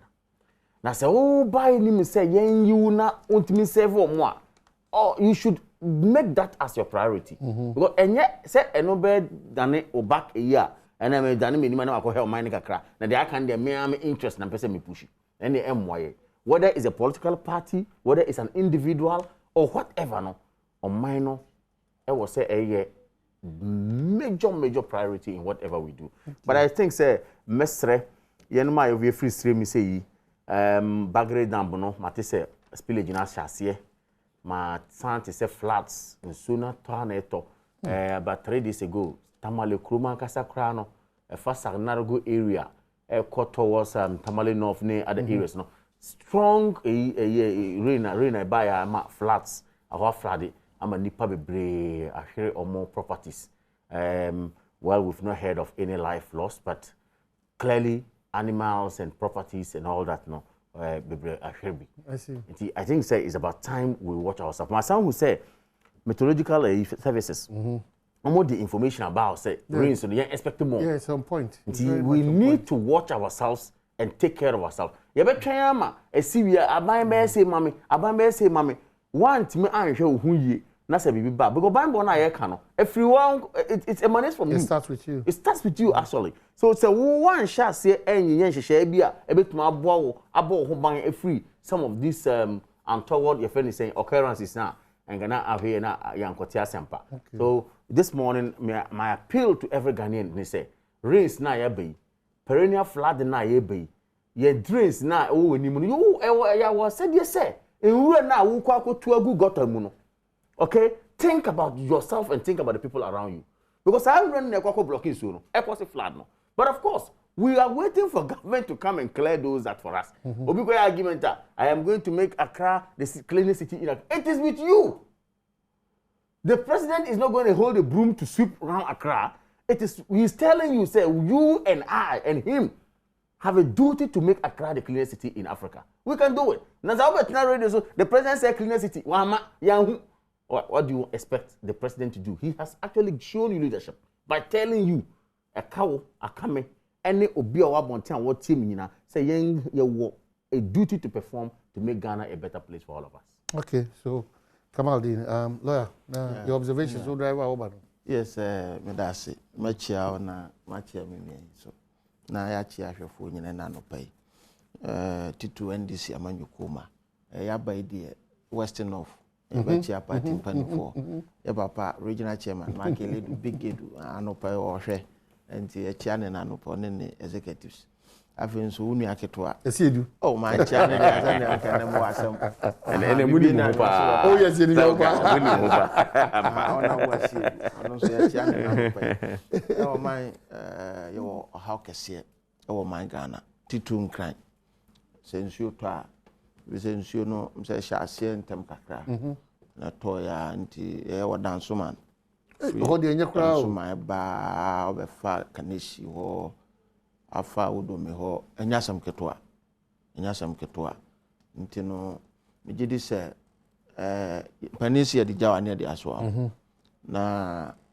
omambia ye kandifo a ye hwe ne se ye de nhihye bi gu akwan mu ne mo de nhihye ne ba na wahwa amatimamufo na diso na bia no ya na menua de hye afri ba bi bai coming ko but they o kan say o mampani hye bo so be make Accra the cleanest city nti no then why of course once you person you achieve politically any advantage you be hye bo ne de nipa no so be hwe say obetu anamo this also be man cry amuate achen kuro bi e wo apepre mu dia we we ka say wanamontuo ni sen e bi say utu anamontuo ni ba na ye di so nya anu keke. So what do one share about there? Then you will be expected people will hold you by your words. The moment say, "You need to do say how no," and you're just political. If it's open and never, and I'll share sabon. Say what the oba. And so once you come in, we expect you to obey for failure promises. So the moment say, "You need to say," and yet omampeni and anya amanyuku bi and anya president bi and an oman homode. The moment your idea was yen na transfer. Na was here. Where odo na di. We have baby a wire office wo adabra kodon na ho side na nankopon adaroma ebra sha se ye timu yenua Ibrahim Mahama otu ne ho che ye se wo ye nyankofo yenua no MPP fo a enokrom kasati ai so o man na ye chichire no so bu opepa mpo so be ya ade aboa na kodu ba bi na ya nhye ni nkran na ebu na bompe na ojai ebi so sa odo na no ya ntimo a nke nei nso ye to yi kra nke ni ba bi anke befa enti no ye hwe sika akodim nkran na city a wokanya da bi ehu minister for water resources ko gina o sika ya bo bosi ya akogye a se ye de ye nkran adwuma nso ye hu ba bi afa enti menua wo ha de bi gidi se ya namuntu a mampani hye ho bo enti nkofo dodo na ehwe anim se enye se ye man nkran clean aye clean kwa nemom ye drainage system go me kai parliament mo fi figure minister nko kotu ye se ye di sa adwuma nso to him much is given much is what expected enti ye besre e bi se nkran e na ye Ghana ikropon bi se nso pete kakra bi na ka akra ntimi nkoma asem kese enti mi gidi se ye betima kasa aban nyina no bia ho wombi nemom nipa o gina so de ye campaign share boss wo bo be ye ne de ye mampani na nado enti no ono na ye hwe no because once I will make it the promise it means that you will policy wo ha adeba enti nyase ye kan ano keke o man enti the president must act it be 2016 nyina ye ti pass o share boss wo bank kan de eno ko ma abokra 100 days ha beti ye hati wi anefu ya bansu sam no so we kai o de circle cry example o mo kan say nsu to ye na wa yi na ye ni nyina ye hu hwe sikansu kom yakogye bosia ma me abnadapa the kai pass ko parliament e ko bu akonta sika yakogye de be ye nso ye hu hwe ye besere menua wo ba abam ye se nche odin beba ye besere o mampani wo ba na tino e bia na atiye ma refrain atiye ma refrain tino ankasa o se onhu anamo bia o mampani Nana Adom. Yes, oh to efa. No, we na asem no. Tio listening to himself. O say ye maame abnadapa eko parliament ko ji sika. Eko bu akonta eko bu sika din. Ba ye hu ye. The other ye. You don't just go to parliament to pick money. You go to parliament on a particular basis. Yes. When na ba be ye. Bia na sanitation ministry krano na ensure any ho na ewo under local government. Oh no. And now say o manpanyin fi say amana nko agina na ho so. Absolutely. Mfie 9. You see, let me answer to you. Let me give you an answer. And now say o manpanyin ka say my wish is to see my policies Babe clear city no or to one more first to create a ministry that would be entirely responsible for sanitation. That's one. Two, ono ana numucho o say maame no akọ parliament akọ jiska ene ejuma sanitation ministry aye contractor na eda hono ma and the NDC nyina and the NPP first ene NDC ba ye einam zoom lion ni no no ne nyina o mo hwe mukina ejuma mo ye ne yen kan no hasemo. You see, what I've always said is that our attitude my one country. We all of us. I just told you. Sanitation. A, B, C, D. In fear 9. My every say 2017 So what are you expecting, sir? By the oh, by no. Nkrandia ye ken. Omampani mahama penso ye hu. Nso to ye hu de see. I will take initiative say odona ye be pagam ye be team. I was ye di machine. So how you be announce. And then nso to one say afobi. Oh, really? I don't quite make my case about 60% because that area when you know no the biggest problem. What's the state of Donna? So Mama, example, what do you mean try you? One team ministry. One team ministry. One family minister. One lawyer, mama, who agree on the pay. What a whole ministry. All kind of pay. A whole ministry. So mama, who agree on the pay. What do you mean carry? But are you on top of what you're saying? Yeah, so far be anti Odona Mama example. Me can say pro. We say about 60% because that area when you the horn and no na. When was the last time who say Odona? Odona. Oh, me after Ibrahim here, me kai. Who to Kroma? Oh, me wa na saying. When was the last time who say Odona? And do what match them say be that say. So what I say. I think for the past 3 weeks or so. 3 weeks back. I don't know what is happening. No, anyana omo yi free mu em so omo nsesem free omo dread fa area ben mu kire me bi na me wi am na bo odon na odon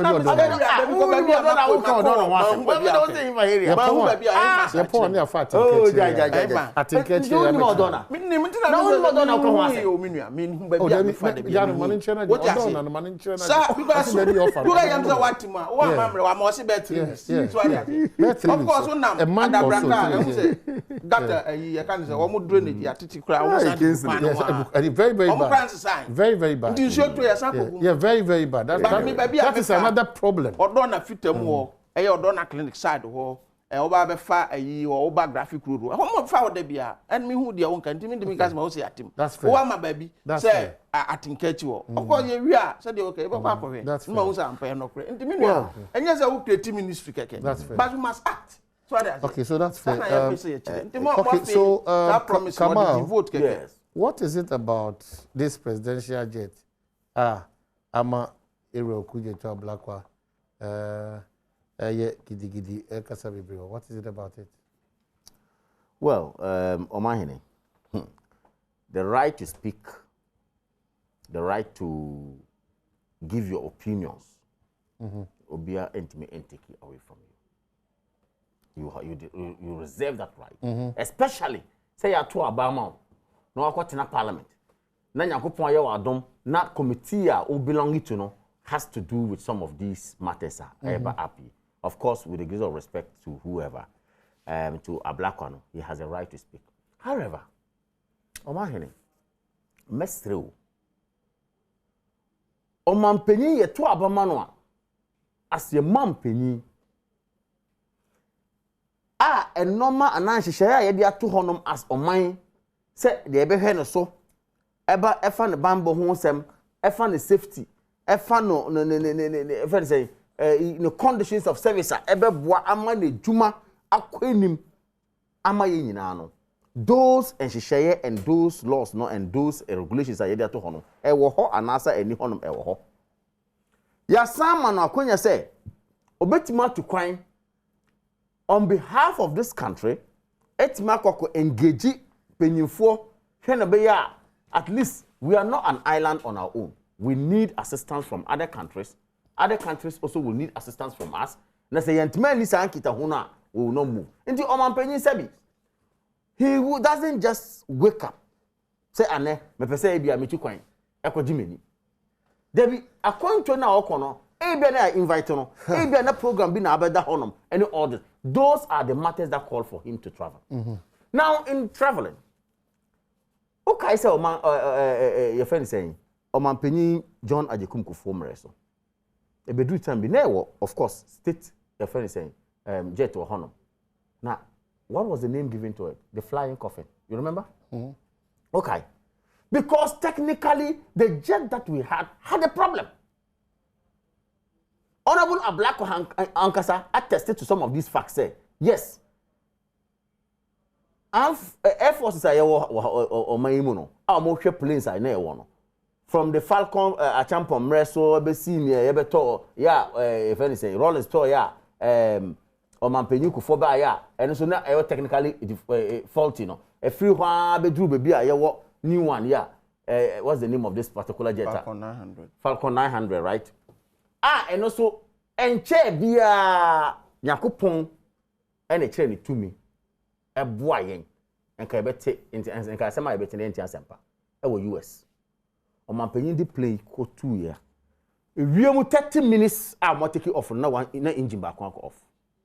This was what happened. They had to quickly call back. The pilot did so well, return with Omanpenny to land. Omanpenny and I can say that time, want to on flight or on charter flight in the co or see Debbie, may you so or Koya and Pa, this was what happened. Engine back on Etis or echo off or so. No more sound back down. This is from there. And I'm advising is Debbie. Won't me and far away and go quantity because we can't guarantee it. A machine. According to no suba, I was so oko. Also, Okonswa, I was saying any plane or Honma, I was so chata. Or chata first one, Wakwaba, Wachata, Akwaba. Obiti baby on buying bohun some safety no onka ho asem. Reasons behind the traveling no onka ho asem. E den na otu kwan no e den na de brain as on mine onka ho asem.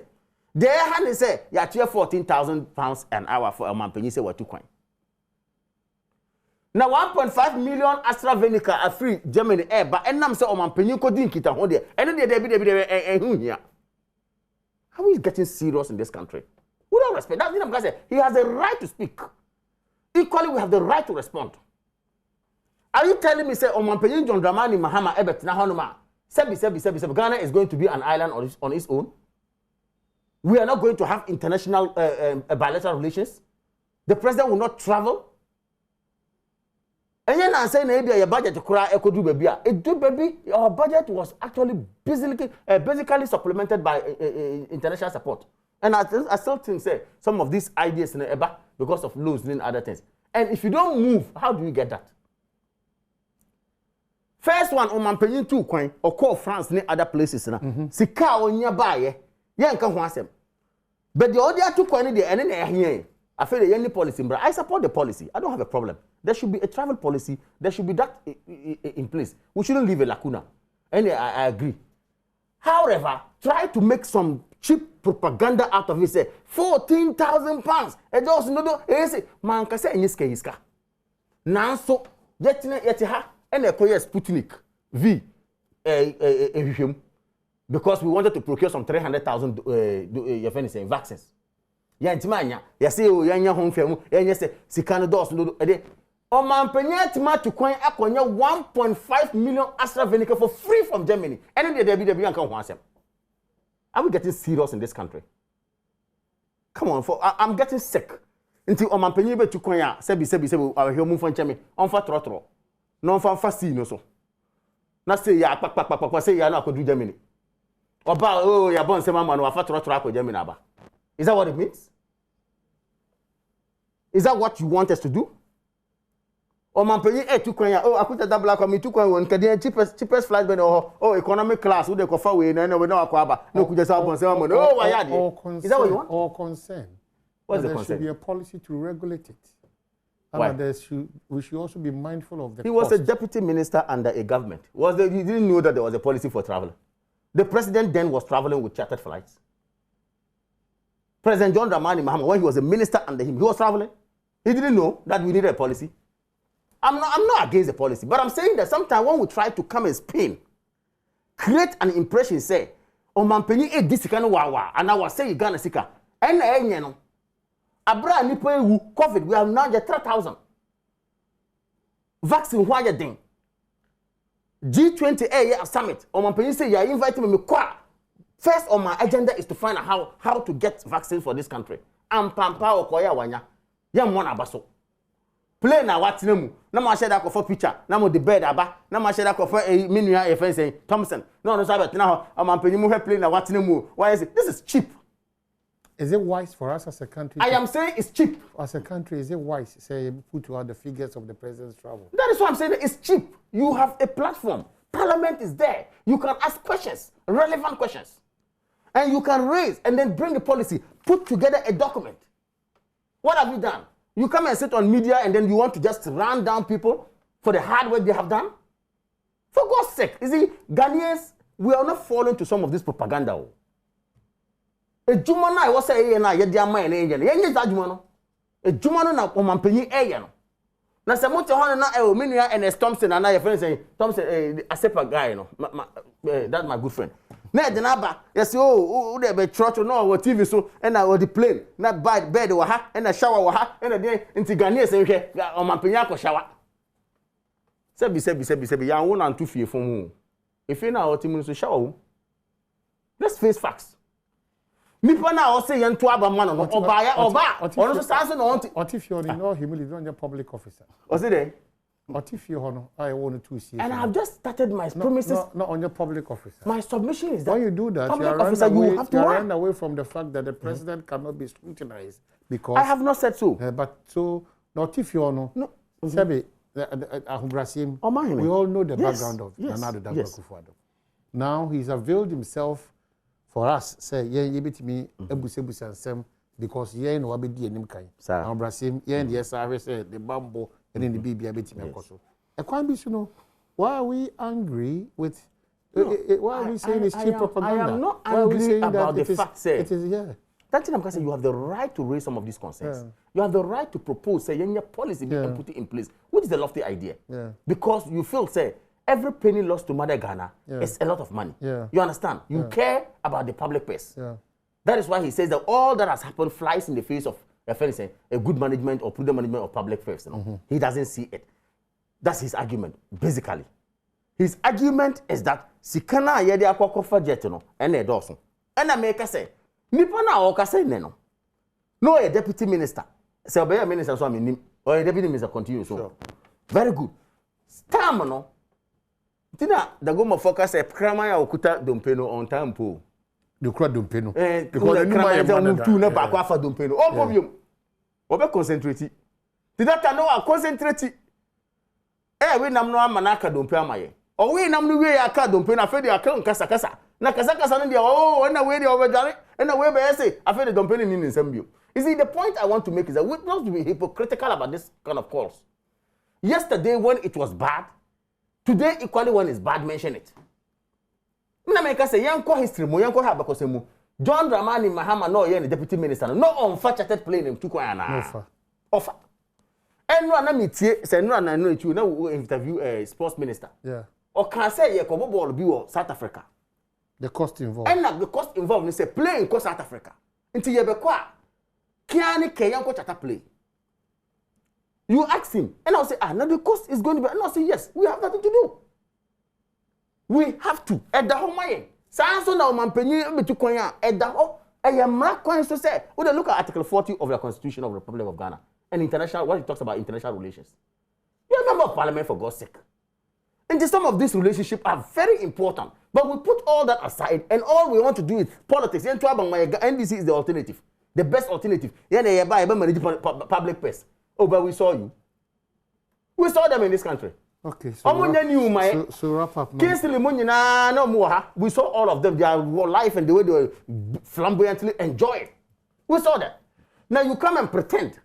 People who are working and working, I'm a free education, or free school feeding program, or free capitation grant, health insurance. Tell me what you have thought about Ghana and did for Ghana. Okay, so nothing. And yet all you care is about that you can $14,000.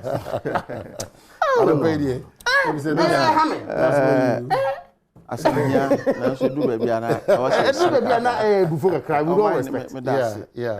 Asoma ye kan ya asoma hia pa yi wo se ye tena se ne hwemu yi edikan ye to aba mo mampani se won hwe o mane so a ono no mane nyina hye ne nsa ntino e wo se hwe ne yi ebi so ye ajapade mo mane no na akwantuo de o mampani bi aba otukwan enye be edikan ni enu ntina ehu be hia se o mane no se omai mu ha ya o ka ye de asi wa man so mfanko so obekọ amano ne nso a ye wo wi mu hyen aeroplane ya to asi wo se ono so mfanko anu nti the latest one o ye de president Kofo order ye bedu 2010 efa akona 100 a omampani bia omampani mahama omampani mos e de 2 kwan na wo mo kwa ye wo air force a wo mo ene omampani edi sa adwuma no ndi se bibi nti emmo a omutimi 24 the under 2 occasions President Mahama Breso wa mutu ne foma okohan bi de call by na ene die nti na ma be yasem oman ye se ye die hia sane ye die pata ye hwebrebe na Ghana ye se wom ye se covid aba me boa nti minu mienu ye moa ye de to bibiri kura be guye so 2021 budget media budget review so be kaya na Ghana ye omampani wiem hyen a wo so de tu kwansi wo ye nte ho hwe eti ane so mampani ko South Africa or ko Belgium na fi wako France wako han plane one hour bia 14,000 pounds oko buy no na Ghana e kai dey was about 2.4 million Ghana cedis what they call skadada no ma about 240 billion ko buy ne car e buy no Ghana for sha ase kan ho nsem ndi as MP honorable Kujeto Abraka odi asem no buy mrana man ho kwan se bibi cost na ntia siri ma ye to nsa frɛ soafo na ehye ne nsa so omfa nkyemu mra nti omoto sa frɛ finance minister ombobo ho ano ye hu se eno eni no outfit nti oyi ano enye yi nti nipa a waso be yi ano eye nipa ohwe Ghana bambosem so eye minister for defense Dominic Nitiwood o ma nso ka ase okomra shebedwom e ko chire mo ka nchire mo de mai so o ka ya nchire mo de kwa ne se Ghana aeroplane na se wi omuhyan ya twa amampani nyina aba Musa Yusu President Mahama so yisu no o mampani akofo ade do yisu enye yi efri se ba bia obedware kura ebi nim mi na menkana wan kasa na o mine wan kasa na o de patoti ntie mu be no de mai misre bia mankan ni yenko hazard mu na yenko was mankan o se plane na wo ho no emiti present no mo hwe emiti ba ko ne se o mine mi ase mo ka ye no oh wan kana ahwefo we obi angogo wo say de ho no fa ko na 100 no emiti specification of the president for example shower kranim enti o mampani ntimi nware wiem asem we ya de ba Ghana onu ane kwagina mehebe mo hwe se me bo fam kokot op ana yenkwaje Hansard no say Ghana mampani president Akufo-Addo on ntimi nware wiem efise ye fa ko na 100 no shower nim mi nso abeka se o mampani de wo no to yesie so ye wo no to sikam efie shower na odware ndi say Ghana ye plane obo shower ni mu a otimi ko dware from te also nya de shower wo enu nti no 15,000 pounds per hour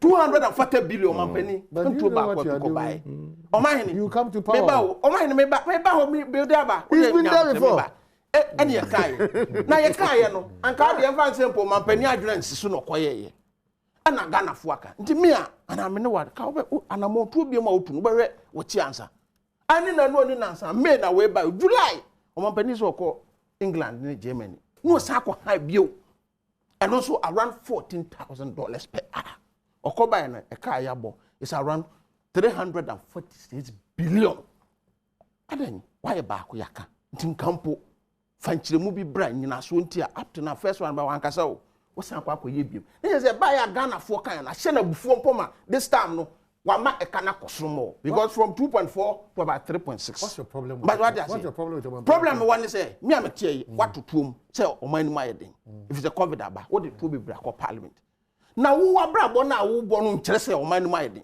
anka ye wo planes wo mu ma ye nkire mu say asai anantimi nko wo de ane say shower nim e say wo de wo tu sikam nti da bia shower me nua ti o say president fi shower wo na wo kra de ba say wo no tu sie so e say wo no tu sikam mesro say this yan come no nyina so na o de ba no mesro unim de ncho de say nyina so ne o say o mampani shower de o bi nti no but minister so kwen one tangible reason bia the woman say one say the main of what you are saying me aka bi kira me sama ka ba ko say o say shower nim maka o menim te ka me nua tie no ama me biem say o ka say wontimi nkan nyina so ba no de kwe wo say shower mponim nti na ga na mampani say ye play no ntimi nware wiom nti no wo say wonfa o ma hene o mampani Akufo-Addo opposition there some no kan o so mampani Mahama o disika to prada Ghana sika no wo de ye de openti ye ma ne mra no no hwe ni fia wadi a onfa sika anya hwe oba be boga na sika ho ban obe protect the public purse menu o mine wanka 2016 oni na be de akire na anya play we nko na mampani am ye hu se bi protection of public purse o kan no na se na o de pekwan bi about power ne mo buy na mo tu bi a wo tu bi a ne ta bo se no she ne bobra directly opposite every time covid buy ya say ye nyire ho akire wo ma ye aban adwuma ya say ye mo 4% yemu say buy amam pen for pay sen the sa recommend kura na president ne vice ye ntwe mo ka nka ho wo so man ma de me wo je me to na o kasa sa na ka ben ko ne sen e wo say sa recommend say de ye ntwea o mampani ne yereka o mampani ben o mampani Akufo-Addo na ne vice Dr. Baumia ye ntwe o mo ka o man ni tie asem ne ba ya Ghana fo ye ka ya ma me ne se o me kura me bofu sika me dia man Ghana nyina matua how no stop it enti say and no more hold on you see what slip through sir you do a big disservice to us as a nation I didn't hear say wo gina ha a wo yemranim for congressive the president of the land said tia ne ho ne yere ne mampia be de chine ne yere ka that is not the situation no it is saying Pacho but you know the truth it is saying one the committee I hear fan yakase mampanyi otisu otuo no nko an ho ne yere ka me kai me so ma recommend ama any report no no net committee if ne yere ne run ne vice president as a cabinet minister you see now all the beef fiafia ho ba what it means is that enim dada asomai saa de no ye ya na yenye ye de ne ye ye ntuo mampani bia yere ka na right ye mom hwe ye nim ni say there are allowances kakra come which is not formal but hold on which is not formalized but hold on which is not formalized hold on whether formalized or not formalized we are paying allowances if there is a recommendation that say mampani driver and the garden boy kwano e dey come mampani hihye wa yetuaka na say the recommendation ba say go for yempo ye fa kwan bi so yetu omuka enye no bibia ho yembe draw ni nyina under omampanyin no we so abeka eye omampanyin wona omuchuchu omuka enye ono na ado if this recommendation comes why do we me president am to atwe no baby that's your opinion nobody justifies nobody challenges that don't justify because listen public place na me choose omampanyin na but already you are paying already na do saying what balance difference which balance send na de ma wo mo omampani yire ka se ne boafu nti won pega na sika bi mo ode ma ye no send no ka se otua na just suppose with yanke de be ma no na basika da omampani tia na sika no otua sika waje na me ka se na yire si wo otua waje because Ghana for so don't pretend say wakoji ni ya ko kana asem nti wo ne boafu nti wo return ye sika ama ye ba ya say sa na de ne che ya kan boafu ba de me ka ma hwefo ati ase say President Akufo-Addo na MPP for wo mu nwene wo man ne ho ebi se wo mo na motuo bi o mutu nkire se o man ne wa hohiehia mu tene mo awo mo okay so mo amogire o man ne ho no me mo amogire o man ne ho no eti ebre ti se mu no nka mo bo ba ba mo a yes yedi kan 2020 can we need 2020 ma me kire obi yes ye de chimpe na ye ba ye ka se ko you raise the more accuse the president let's travels President Mahama with me yamami how many times and we should chat but there was a point or the chatter for you guys two occasions and was recommended has there been yes, a point two occasions recommended by the Air Force of the Ghana Armed Forces. So why do you jump into such and nothing I mean to say when there is no justification for so rejected Ghana what was the justification here Okohan jetted flight defense minister for parliament no and the koy what say shower nim that was the reason and makamu me and obi antimi nchira me reason or the koy for mampani basis or the kohan because they shower ntimpe so that you on my ho chira bamwa ye nyina ye moa what you say oba first we 125 ministers ni nim say e be kofom and that west ndi no omampani na motuo nyina kire se oma no nwene ye ho ndi de ona bo kuja to ka no se de ekono si anhweye ni agenhye bi anto anhwe a omampani be kwa high plane na ye wana wa betua $1 million and me nua ba justify say what they wakwa de all the normal bantimi nka ho asem na president Mahama kwa na all the normal ba dance na mkan ono kwa wan han bi nti me nua de o se wo ba o yan se wo de nchiremu ana oman man fo man me nua nka oba nka nchiremu o ko me chiremu chire so oman ne me nua bia bene de nti omampani han ne se omampani Ghana ya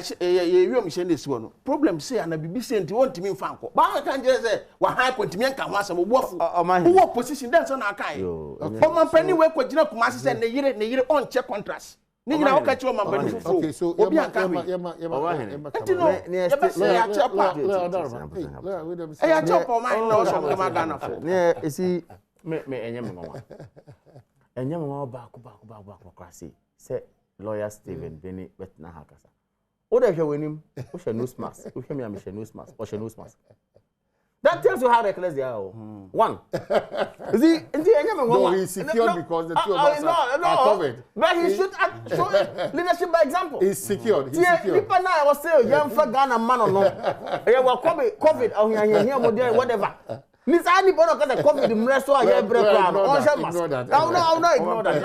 I want Ghanaians to know who we are talking. You see, Intina was a young woman. Now, on the serious note, because my grandpa so. I that's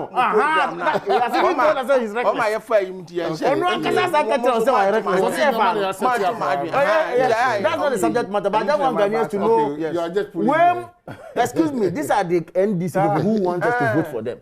So that alone tells you saying common on common manage COVID and Ghana for you. That alone shows you. Well, now let's go to the substantive matter. Or say, man penyen John Dramani Mahama etu kwan. No, according to now 2 year for chartered plane. No. Ye man advice from your friend is saying Air Force. Air Force. Yes.